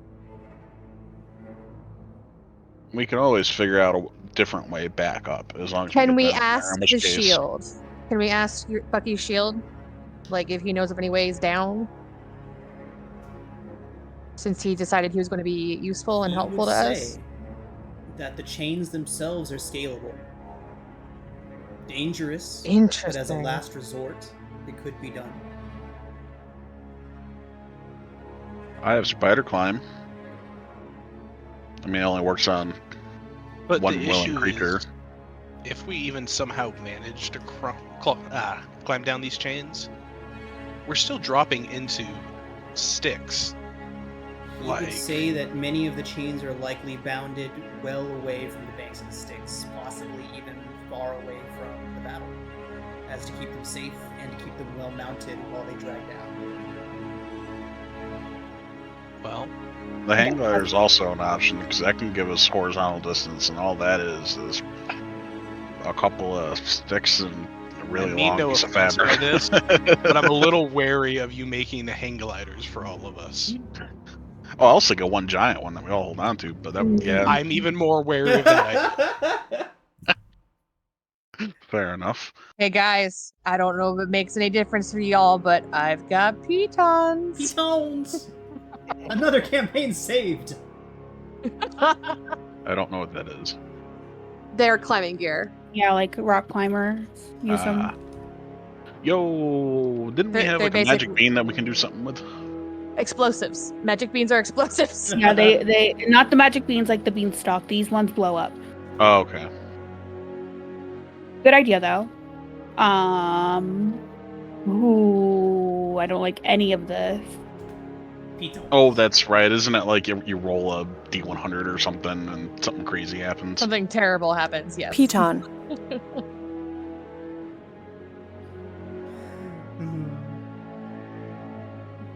What are we doing? I guess I could make climbing. I don't tools hate for the everyone. idea of the chains. I don't hate that. I don't either. It's just a little bit scary. I have Coming up 100 on- pitons, y'all. The issue I have, the only real flaw I'm seeing with any possible aerial descent, We'd be seen. yes. I could just cast blur if we do one big thing. And that Blur makes us does not functionally prevent invisible. you from being seen. It makes it harder to hit you. It does not prevent Yeah. you from being seen. Oh, yeah, it has disadvantage on attack roll. Okay. So, Do you have 100 pitons? I come prepared. Oh my god. And 1,000 ball bearings. I can make it fucking rain down there. Oh, I still have some caltrops too.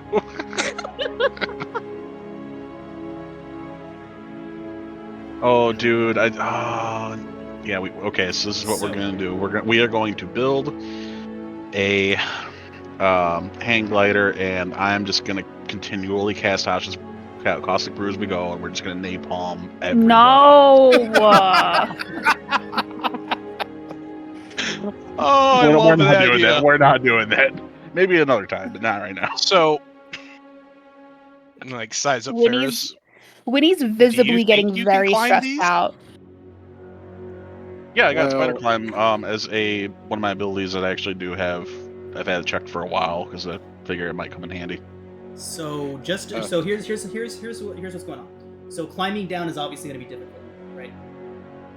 Climbing down will be hard. People could die, but this descent is dangerous no matter what. There is no safe way to get down, right? Unless everybody knows fly or anything like that, there's no safe way to get down. I know, Climbing slow down fall. poses its own risks.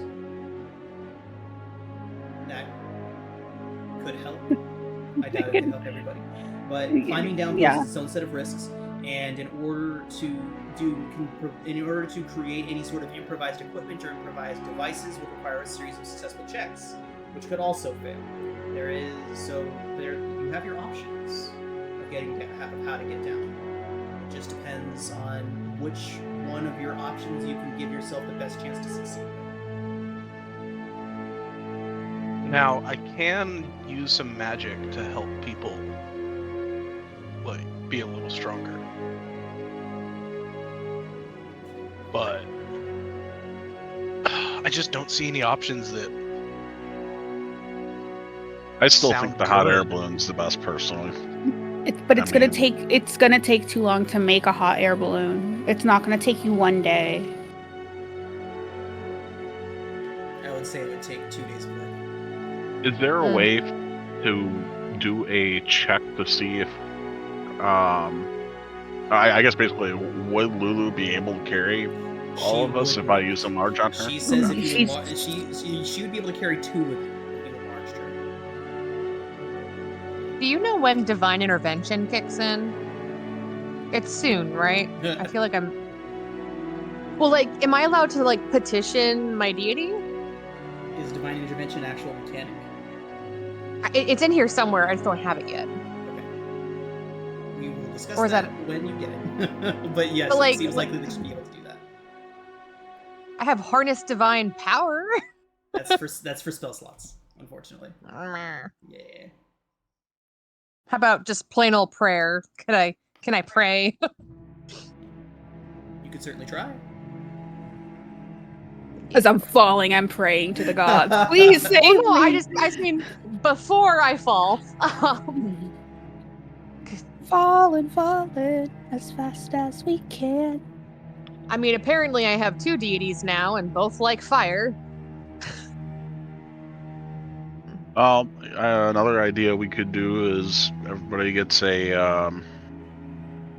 So this is how the idea in theory would roll. Everybody would get basically a parachute, but we would all be tied to each other with ropes, so that if one That is of not the how parachutes, parachutes work, my friend. So If that one of the way, parachutes- if one goes down, the rest of you. We all go down.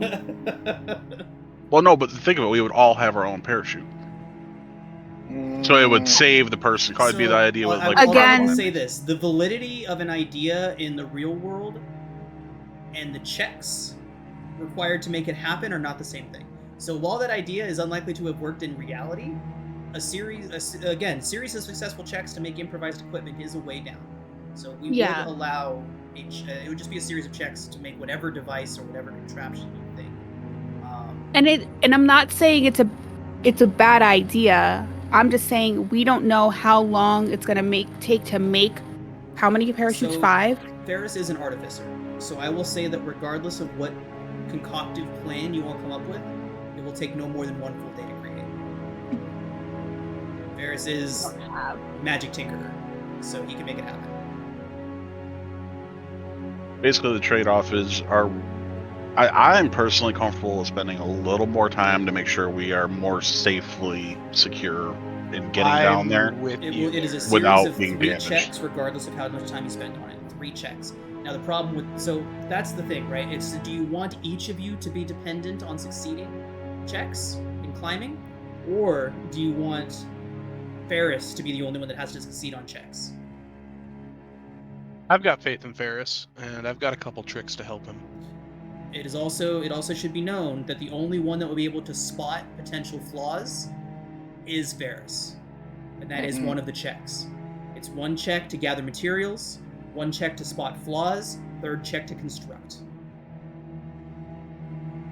All 3 of those have to pass, and nobody Well- will be able to know if they fail. Worst case scenario, Prayer. Flash Genius. If we want, we can burn some of those on the bad rolls if possible. I've And also some got blessed. 5 casting worth of enhanceability. The other alternative would be climbing down, where everybody relies on their own skills alone. Just for the sake of safety and a little more control of where we end up, I think we go with Ferris. Bless. That's bless, 2 votes. bless. Winnie walks away. Anything either way. She just wants to get down there, and she just wants to go now. Well, I drew up the plans during the long rest, so I mean, it's not like they can't help gather the stuff. You know what I mean? Yeah. So yeah, are we doing that? We making a hot air balloon? Hot air balloon, Let's do it. glider, some sort of flying contraption to get down. Okay, so Winnie, you would be in an excellent position with your city secrets to help Ferris gather the materials needed. So Ferris can make his first check at advantage. That is going to be investigation, Ferris. Investigation. Hey. Ooh, nat 20. All right. Ferris, with Winnie's help, you're able to gather the perfect materials. You find a nearby armory, which has been raided of most of its equipment. However, you do find metal rods, rope galore, canvas, sheets, all of these various materials that would work perfectly for your project. Now, since you did Question. succeed so mightily, go ahead. While we're in this armory area, is there any iconography of Azariel? I would say no. Okay. Next. Is there any iconography at all in there? It would have just been of Torm, Lathander, and Tyr. It was a Hellrider armory. I'm fine with that. That's good. Okay. Now, since you found such wonderful materials, you are extra confident that you found what you need, that the materials will hold up, and that all will be well with that. So, we make another check. This one, a perception check, again at advantage. We are going to burn. Let's see. Can I burn Flash Genius multiple times on As a one check? reaction. Not on Just one check, reaction. no. You only have one reaction per round. Okay. Yeah, we'll burn it on that. So So that that's takes you another to 12. 4. And did anybody else have any other bonuses? You have bless on you. So that's another So roll a d4. A Mhm. 12, D4. 14. And then what did you have? The advantage. All I was would from. do is enhance ability, which would give you advantage. Okay, gotcha. Okay, so that You one's already a had that. Ferris, with 14, 14, you find the materials to be sufficiently stable.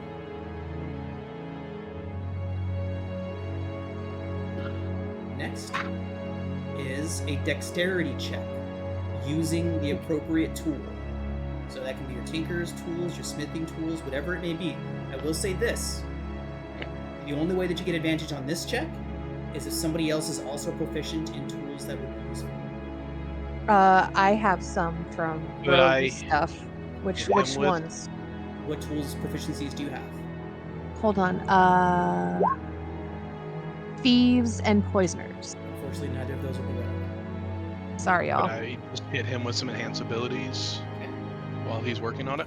Tinkers, blacksmith, woodworking, any of the crafting tools. I think we're gonna go with Tinkers on this one. Okay. I already have the Is- tools anyway. Is and, anybody else also proficient? No. I can do Smiths as well if You need somebody else to be able to help you. My proficiencies are with dice sets and land vehicles. Mine are with disguise kits, thieves' tools, and calligrapher's supplies. Okay. This is going I'm to proficient in pitons. This is going to be a straight roll, Ferris. Let's go ahead and tally up whatever bonuses you may have to it. This Plus is a 4. separate check, Ferris, so Flash of Genius would be usable here. all right. So my 1d4. Nice. 4 and 8. So you're going to make a dexterity check with your tools. So what that is you're going to click the tool proficiency, and it will prompt you what skill you want to use. You're going to hit dexterity. Gotcha. All right, you guys ready? No. Straight roll. Oh! 23 Thank God. Thank God. plus Burn that flash 3. anyway. Honestly, yeah. You know what? Flash of Genius anyway. So that'll be 22 plus 4, 5, 6, 7. So 29. Okay. What have you constructed, Ferris? All right. So we have here in front of us. We have behind door number 1. Let me Pull tell the you giant a sheet out of the way.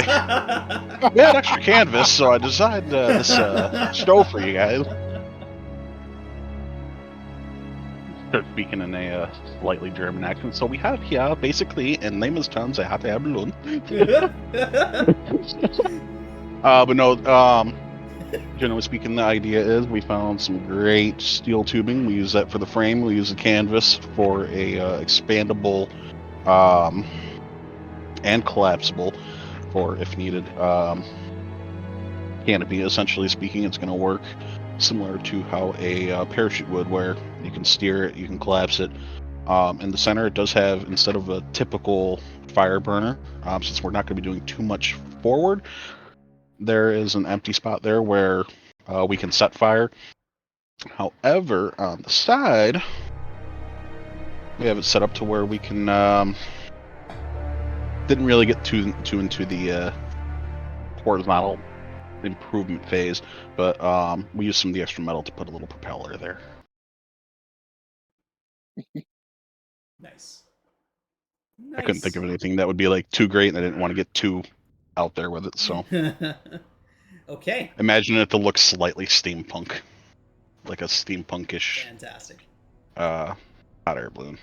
So, your conveyance prepared, and you all believe it to be quite functional, at least from what you can see. Faria, Ellen, Uldar, and Rhea all inform you that they will be staying in El Terrell to defend against whatever comes, and in case you all don't make it in time before Gideon decides to pay them a visit.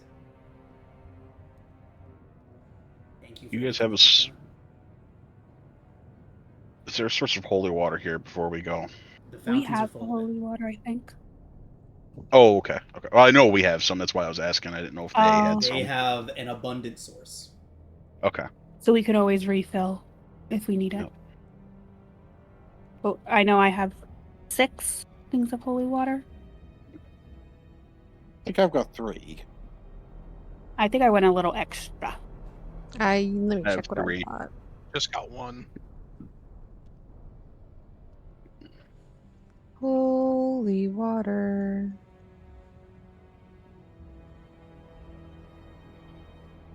Are you all ready to make your descent into Avernus? He said the name. He said it. Winnie has been standing, or after coming back with Ferris from gathering materials, she's just been standing looking down, like in the exit hole, like the little secret tunnel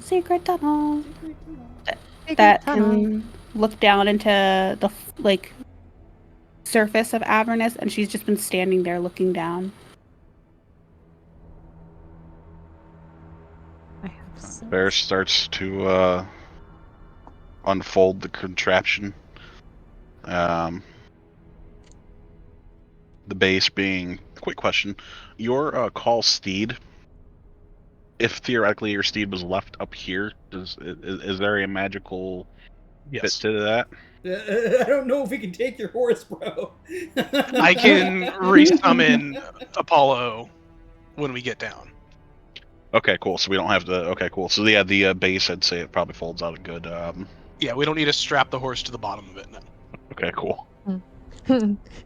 Great way to get a running start on the way back up. Fly it like a kite. That would be one pissed off horse. Hopefully by the time we're coming back up, Apollo will be able to fly. Oh, that'd be awesome. But yeah, I figure how many of us are there? 5. So yeah, I guess call it 2x6 squares, so 10 by 12 feet.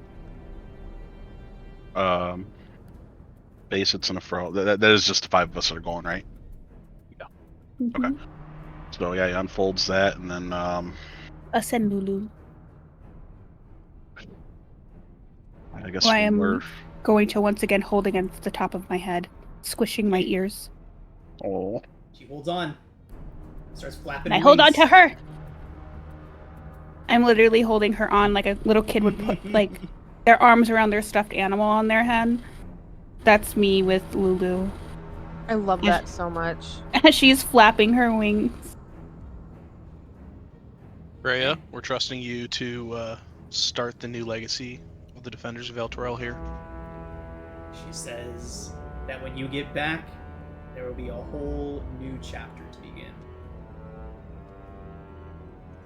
We'll hurry back. I'm gonna leave because we still have one black scimitar, and I'm holding one. And Anna, you have one, right? Yes. I'm gonna drop one of my. Does Gideon? Not Gideon. Ravenguard have any weapons on him? Did he still have his weapons when we carried him back? Yes, he did. Okay. I'm just gonna leave the black Abishai scimitar. So leaving one of the Okay. Abishai scimitars in the cathedral. Got it. Yeah, for someone. So we only have one extra one at once. Okay. I no longer have one in my inventory.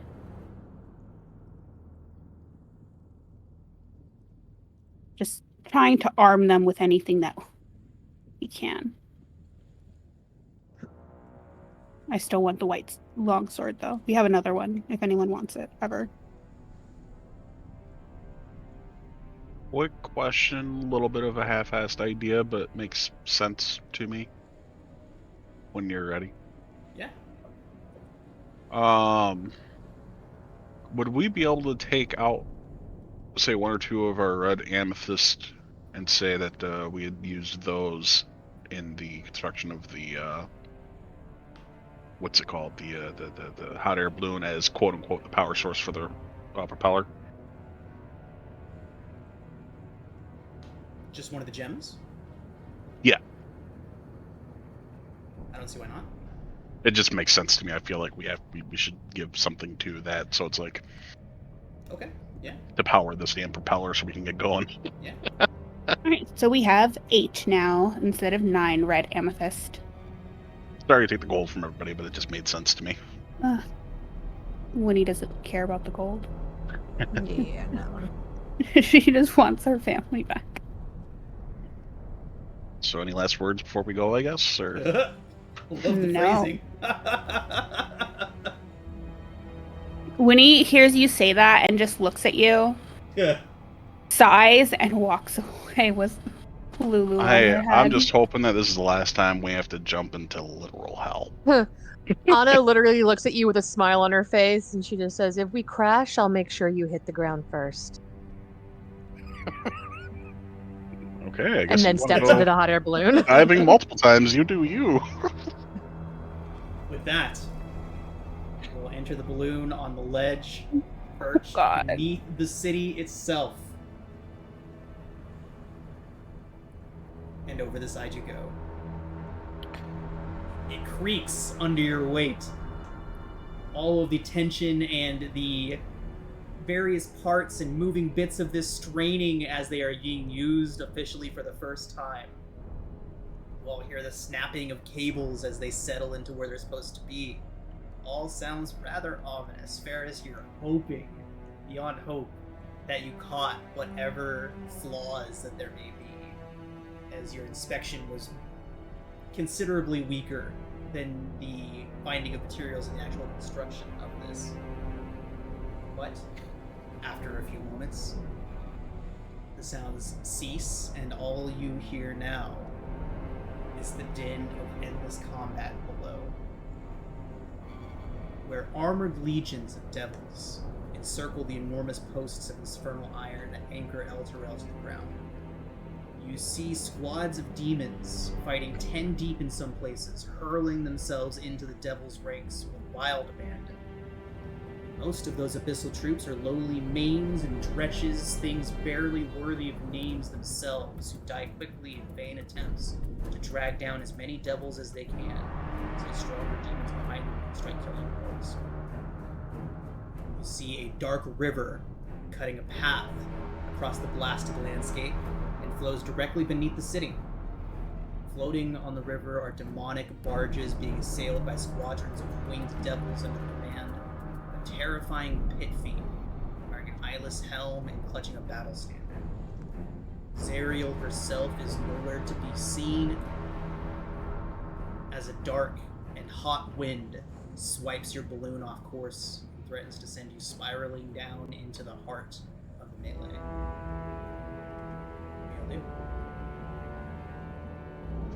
What I do Ferris, best. How do you Pray. steer this thing? tell me where you want to go, and then Ferris just takes his Not to staff the and he- battle. Can I make a suggestion? Hot air makes it rise. Perhaps we can get some That's what you're here bearing. for. That's what I was gonna say. I can You I can can control fire Genasi that. up into this shit. Yep, you can do that. Just stand right there. They just kind of vaguely refers to the middle. Like there's like a little contraption there where it's like you can see where the fire is supposed to go. Where if I were to do it, I Okay. would press the digitation that used to. That's where I vaguely point to anyway. And Okay, then while you Tinker, do I'll buy that, you time. You go ahead and figure out a way to steer. Fucking Ferris, humans. And just hands up. So you've gained some I'm a altitude. half elf. Still human. I was talking to the half-human part then. So, you do gain some altitude, which will buy you some time, but this wind is still driving you towards the center of the melee. We need Ferris. The controls are fighting against you, Ferris. I need a strength check. Right? Bless. Can I help him? I'm gonna use every goddamn one I got on this guy. Sure, Bucky, you can help him. Advantage on your strength check, Ferris. Athletics, please. Oh, athletics. So Ferris grabs a hold of the steering device, and it throws him across the balloon. The force of it just bodily lifts him and throws him when Bucky reaches over and grabs a hold of it and heaves in the direction that Ferris was trying to go, sending the balloon back onto course and drifting away from the battle. Winnie's just glaring at you. Yeah. Yeah. But the good news is Anna's rage is making the balloon go. Okay, you hold that. You keep the fire going, and he's pointing at Bucky and Anna, respectively. And then he grabs his staff, and he just shoves it right to the where the crystal is on the basically our side of the propeller. And he just starts channeling as much power as he can through to that to get the propeller to just start. Go ahead and expend a first level spell slot, and you all do drift safely away from the battle. Winnie's sitting in the corner of the basket, just knees and chest, very like sour teenager angsty face. Like I hate this. Just get me down. I'm done. I'm not having a good time, bro. Straight up not having a good time, bro. Straight up not having a good time. Like just wants to get on solid ground again. Not a fan of flying. Taking the role of captain, considering he built it and feels responsible. Pretty much, he as the captain of this vessel, he feels that he needs to ease everybody's mind. He sees this happening, and he just goes and sits down next to Winnie. I take it we're sitting down on the ground. Yeah, I'm sitting on the ground. I'm sitting like in like one of the back corners. Okay. He sits next to you and he says, I know this isn't fun. You know, I've made my mistakes before. I mean, geez, look at my arm. But we learn from them. And we get better. And then that puts us in positions like this where we're here saving the people that we know and love, and that's why we're here, and that's why we face this. We're gonna get through it. We're gonna do this. I know we will. Winnie doesn't say anything, but she just looks at you, and like you can see like the tears kind of welling up in her eyes. And then she just goes back to like staring at the floor and wipes her face. And that's where Ferris stands up and says, all right. And that is where you all We got... Okay.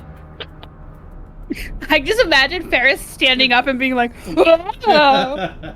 and falling back down. I was about to be like, all right, let's man the ships. Let's get everything tight and go.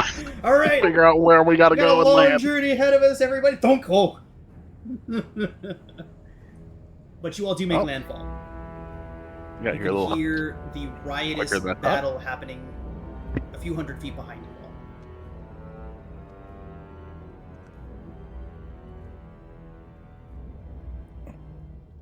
Can I quickly open the map again? Can. I'm going to glance at it quickly and look again quickly at our surroundings. Any iconography that's like on the map and that I'm seeing. Hey, let's just ask the local.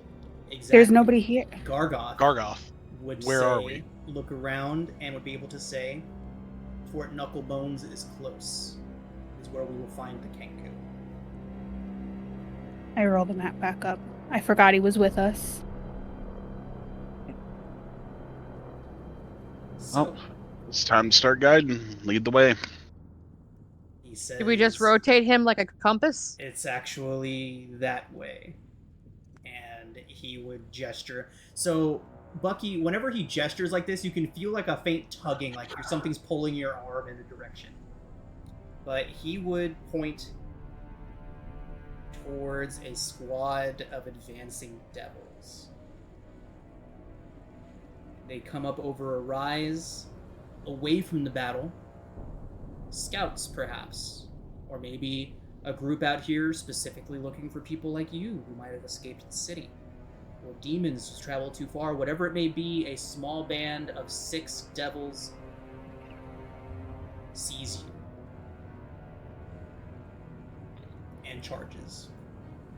Charges? We didn't even let us talk. Why would they? You can talk to them after we roll initiative. Oh. Sean, you're so much fun. Thank you. Unfortunately, I don't have Apollo yet. Oh, no Apollo. Okay. Every map that I preset so far, I just put Apollo in there. It's fair, but like, unfortunately, we just jumped off. I have not had 10 minutes to bring him back. Are we sure we didn't want him strapped to the bottom of the balloon? I would never do that to him. It's like, has you ever seen Congo, where the poor gorilla is on the is trying to go and ride on the parachute down? See, here I'm thinking Operation Dumbo Drop Oh my from god, the I haven't 90s. seen that. So that poor elephant, holy shit. Oh, good stuff. Okay, remember this session is going to be a little bit longer, so we'll probably bump right up to our 8:30 points, just as a heads up, everybody. Unless, of course, you I am down. Slaughter these things. It's always a possibility. Winnie's gonna Wait. fuck shit up right now. What are these things? Devils. They are Dead. wearing black armor, matching the legions of devils that were fighting below the city. Given our experience fighting these, would I happen to know if they're resistant to non-silvered weapons? You have fought both of these things before, and know both of them to be resistant to a few things. The green, spiky one is resistant to anything but silvered weapons, and immune to fire. Listen. Listen! The ones behind them, the bearded ones, carry those wickedly poisoned glaives, and they have the poison snakebite beards. Also immune to fire. And Lame. non-silvered weapons. What is the Black Abishai scimitar? Is it any? Acid That is damage. acid, yes. Okay, I remember from last time. thank you. You're welcome. One quick little thing, since I now have a magic sword, Yeah, you do. I don't know if Ferris would have wanted to have taken that infusion off of the other one to dole it out to somebody else. Yeah, we took it off that, and we took the ring. I think no. No, I was using that radiant weapon blade until we found that other magic sword, Yeah. crypt. So hang on. That means at our last long rest, I would have taken Hey, my servant. I've got the bird. I've got enhanced defense on your shield still, correct? I don't have a shield currently. You've got the shield. Oh, I have it then. So I have the enhanced Not a defense on the two-handed shield. weapon. So, for the sake of moving things along, we will say whatever enhancements are already in place remain in place, and then we can discuss this between the next one. Okay. But for now, Understandable. it is Winnie's turn. Okay. Well, Winnie is gonna boop, right over here. Bold. Oh, she knows she does not like these guys. These guys fucked her up last time. Swipe.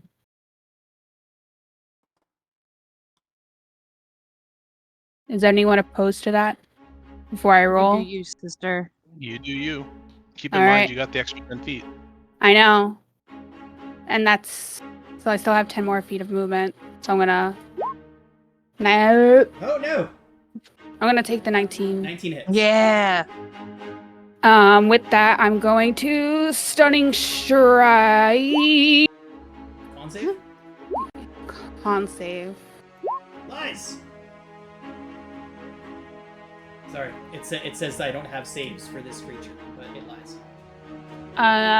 It would be... And my save would be an 8 Get plus such my... 19. I think that would beat me. Sure. I'm gonna hit him again. Okay. Ah! Natural 20, and I'm... Oh, I gotta roll damage Yeah, for roll that damage first off that one. first one for sure. So 9 damage. Okay. And then I'm gonna burn another key point to Stunning Strike. Okay. Barbed Devil con save result is a 23 this time. Probably beats it. I don't think I'm at a 20 yet. Fine. So 18 damage. Okay. And I'm gonna also use Death Strike on that one and spend another key point. So I get to roll a d6. So 3 more points to that. So 18, 19, 20, 21. And then I'm just gonna bonus action unarmed strike Jesus, okay. 15 hits. for 9 more 9 bludgeoning. more. He is hurt quite severely, but he is still standing. And that's turn. On. I'm going to start forward. Right there, okay. And I'm just going to be like, do you really want to fight us, or do you want to just take us to Fort Knucklebone? Can I, as she says that, can I place my blade up to the one I've been attacking's throat? They would To help. return in in Infernal. Return Crap, to the I don't city speak that or one. die on the ground. They want us to go back to the city or die on the ground. Not till I have my siblings. All right, I'm trying to remember where I had my spot. Hold on. Sorry. No. Haha.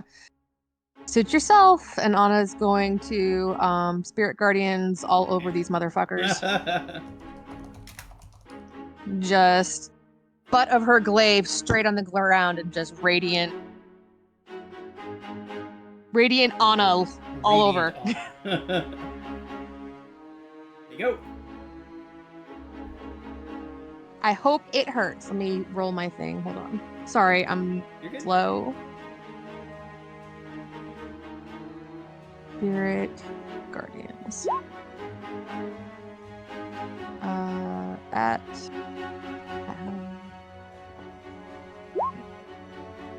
For 10 unfortunate radiant. roll. Okay, so the first Why? one does succeed on its save. I'm sorry, Anna, was there anything else?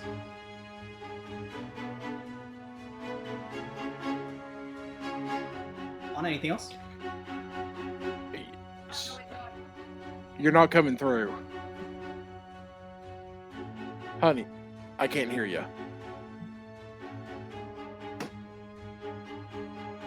Lose Ace's mic.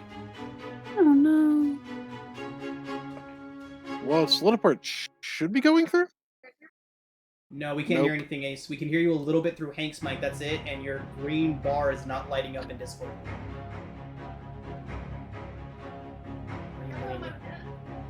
Oh, she's done. Okay, the Barbed Devil, the first one, succeeds on its save and takes 5 points of radiant damage, is super pissed about it, and is going to hurl some fire at Anna. Hurl Flame. 12 to hit, 10 to hit. Those are both going to miss. They do not get to see the folly in their rolls just yet. Brings us to this bearded devil over here. Wisdom save from him. Result is an 8. He takes the full 10. And then charges at Anna with his glaive. Hey, honey, I had to reconnect your internet, so that might be what was messing with you too. Charges it on with its glaive. Why is it not working? Okay, and then we'll swing twice. 17, and then it gets a crit on you, Anna. The 17 misses, the 25 crit will go through, of course. Where's Lulu? Where is Lulu?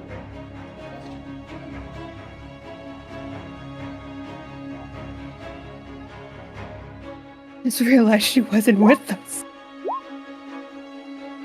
Okay.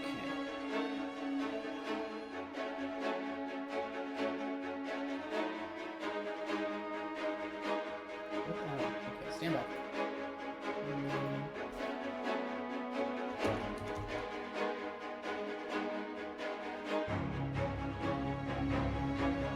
Try something else here. My bearded devils are broken, so him up here and this one.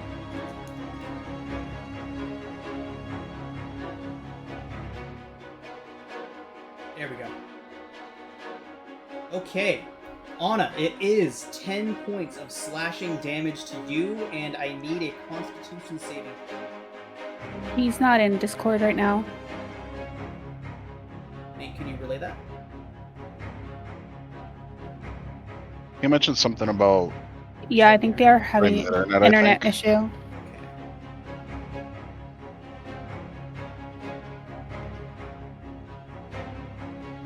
Okay, we will swing back on around to that.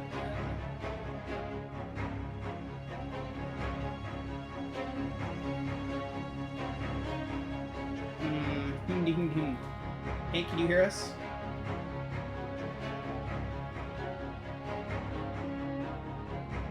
Okay. So what we're gonna do instead is we are just gonna call it a session here.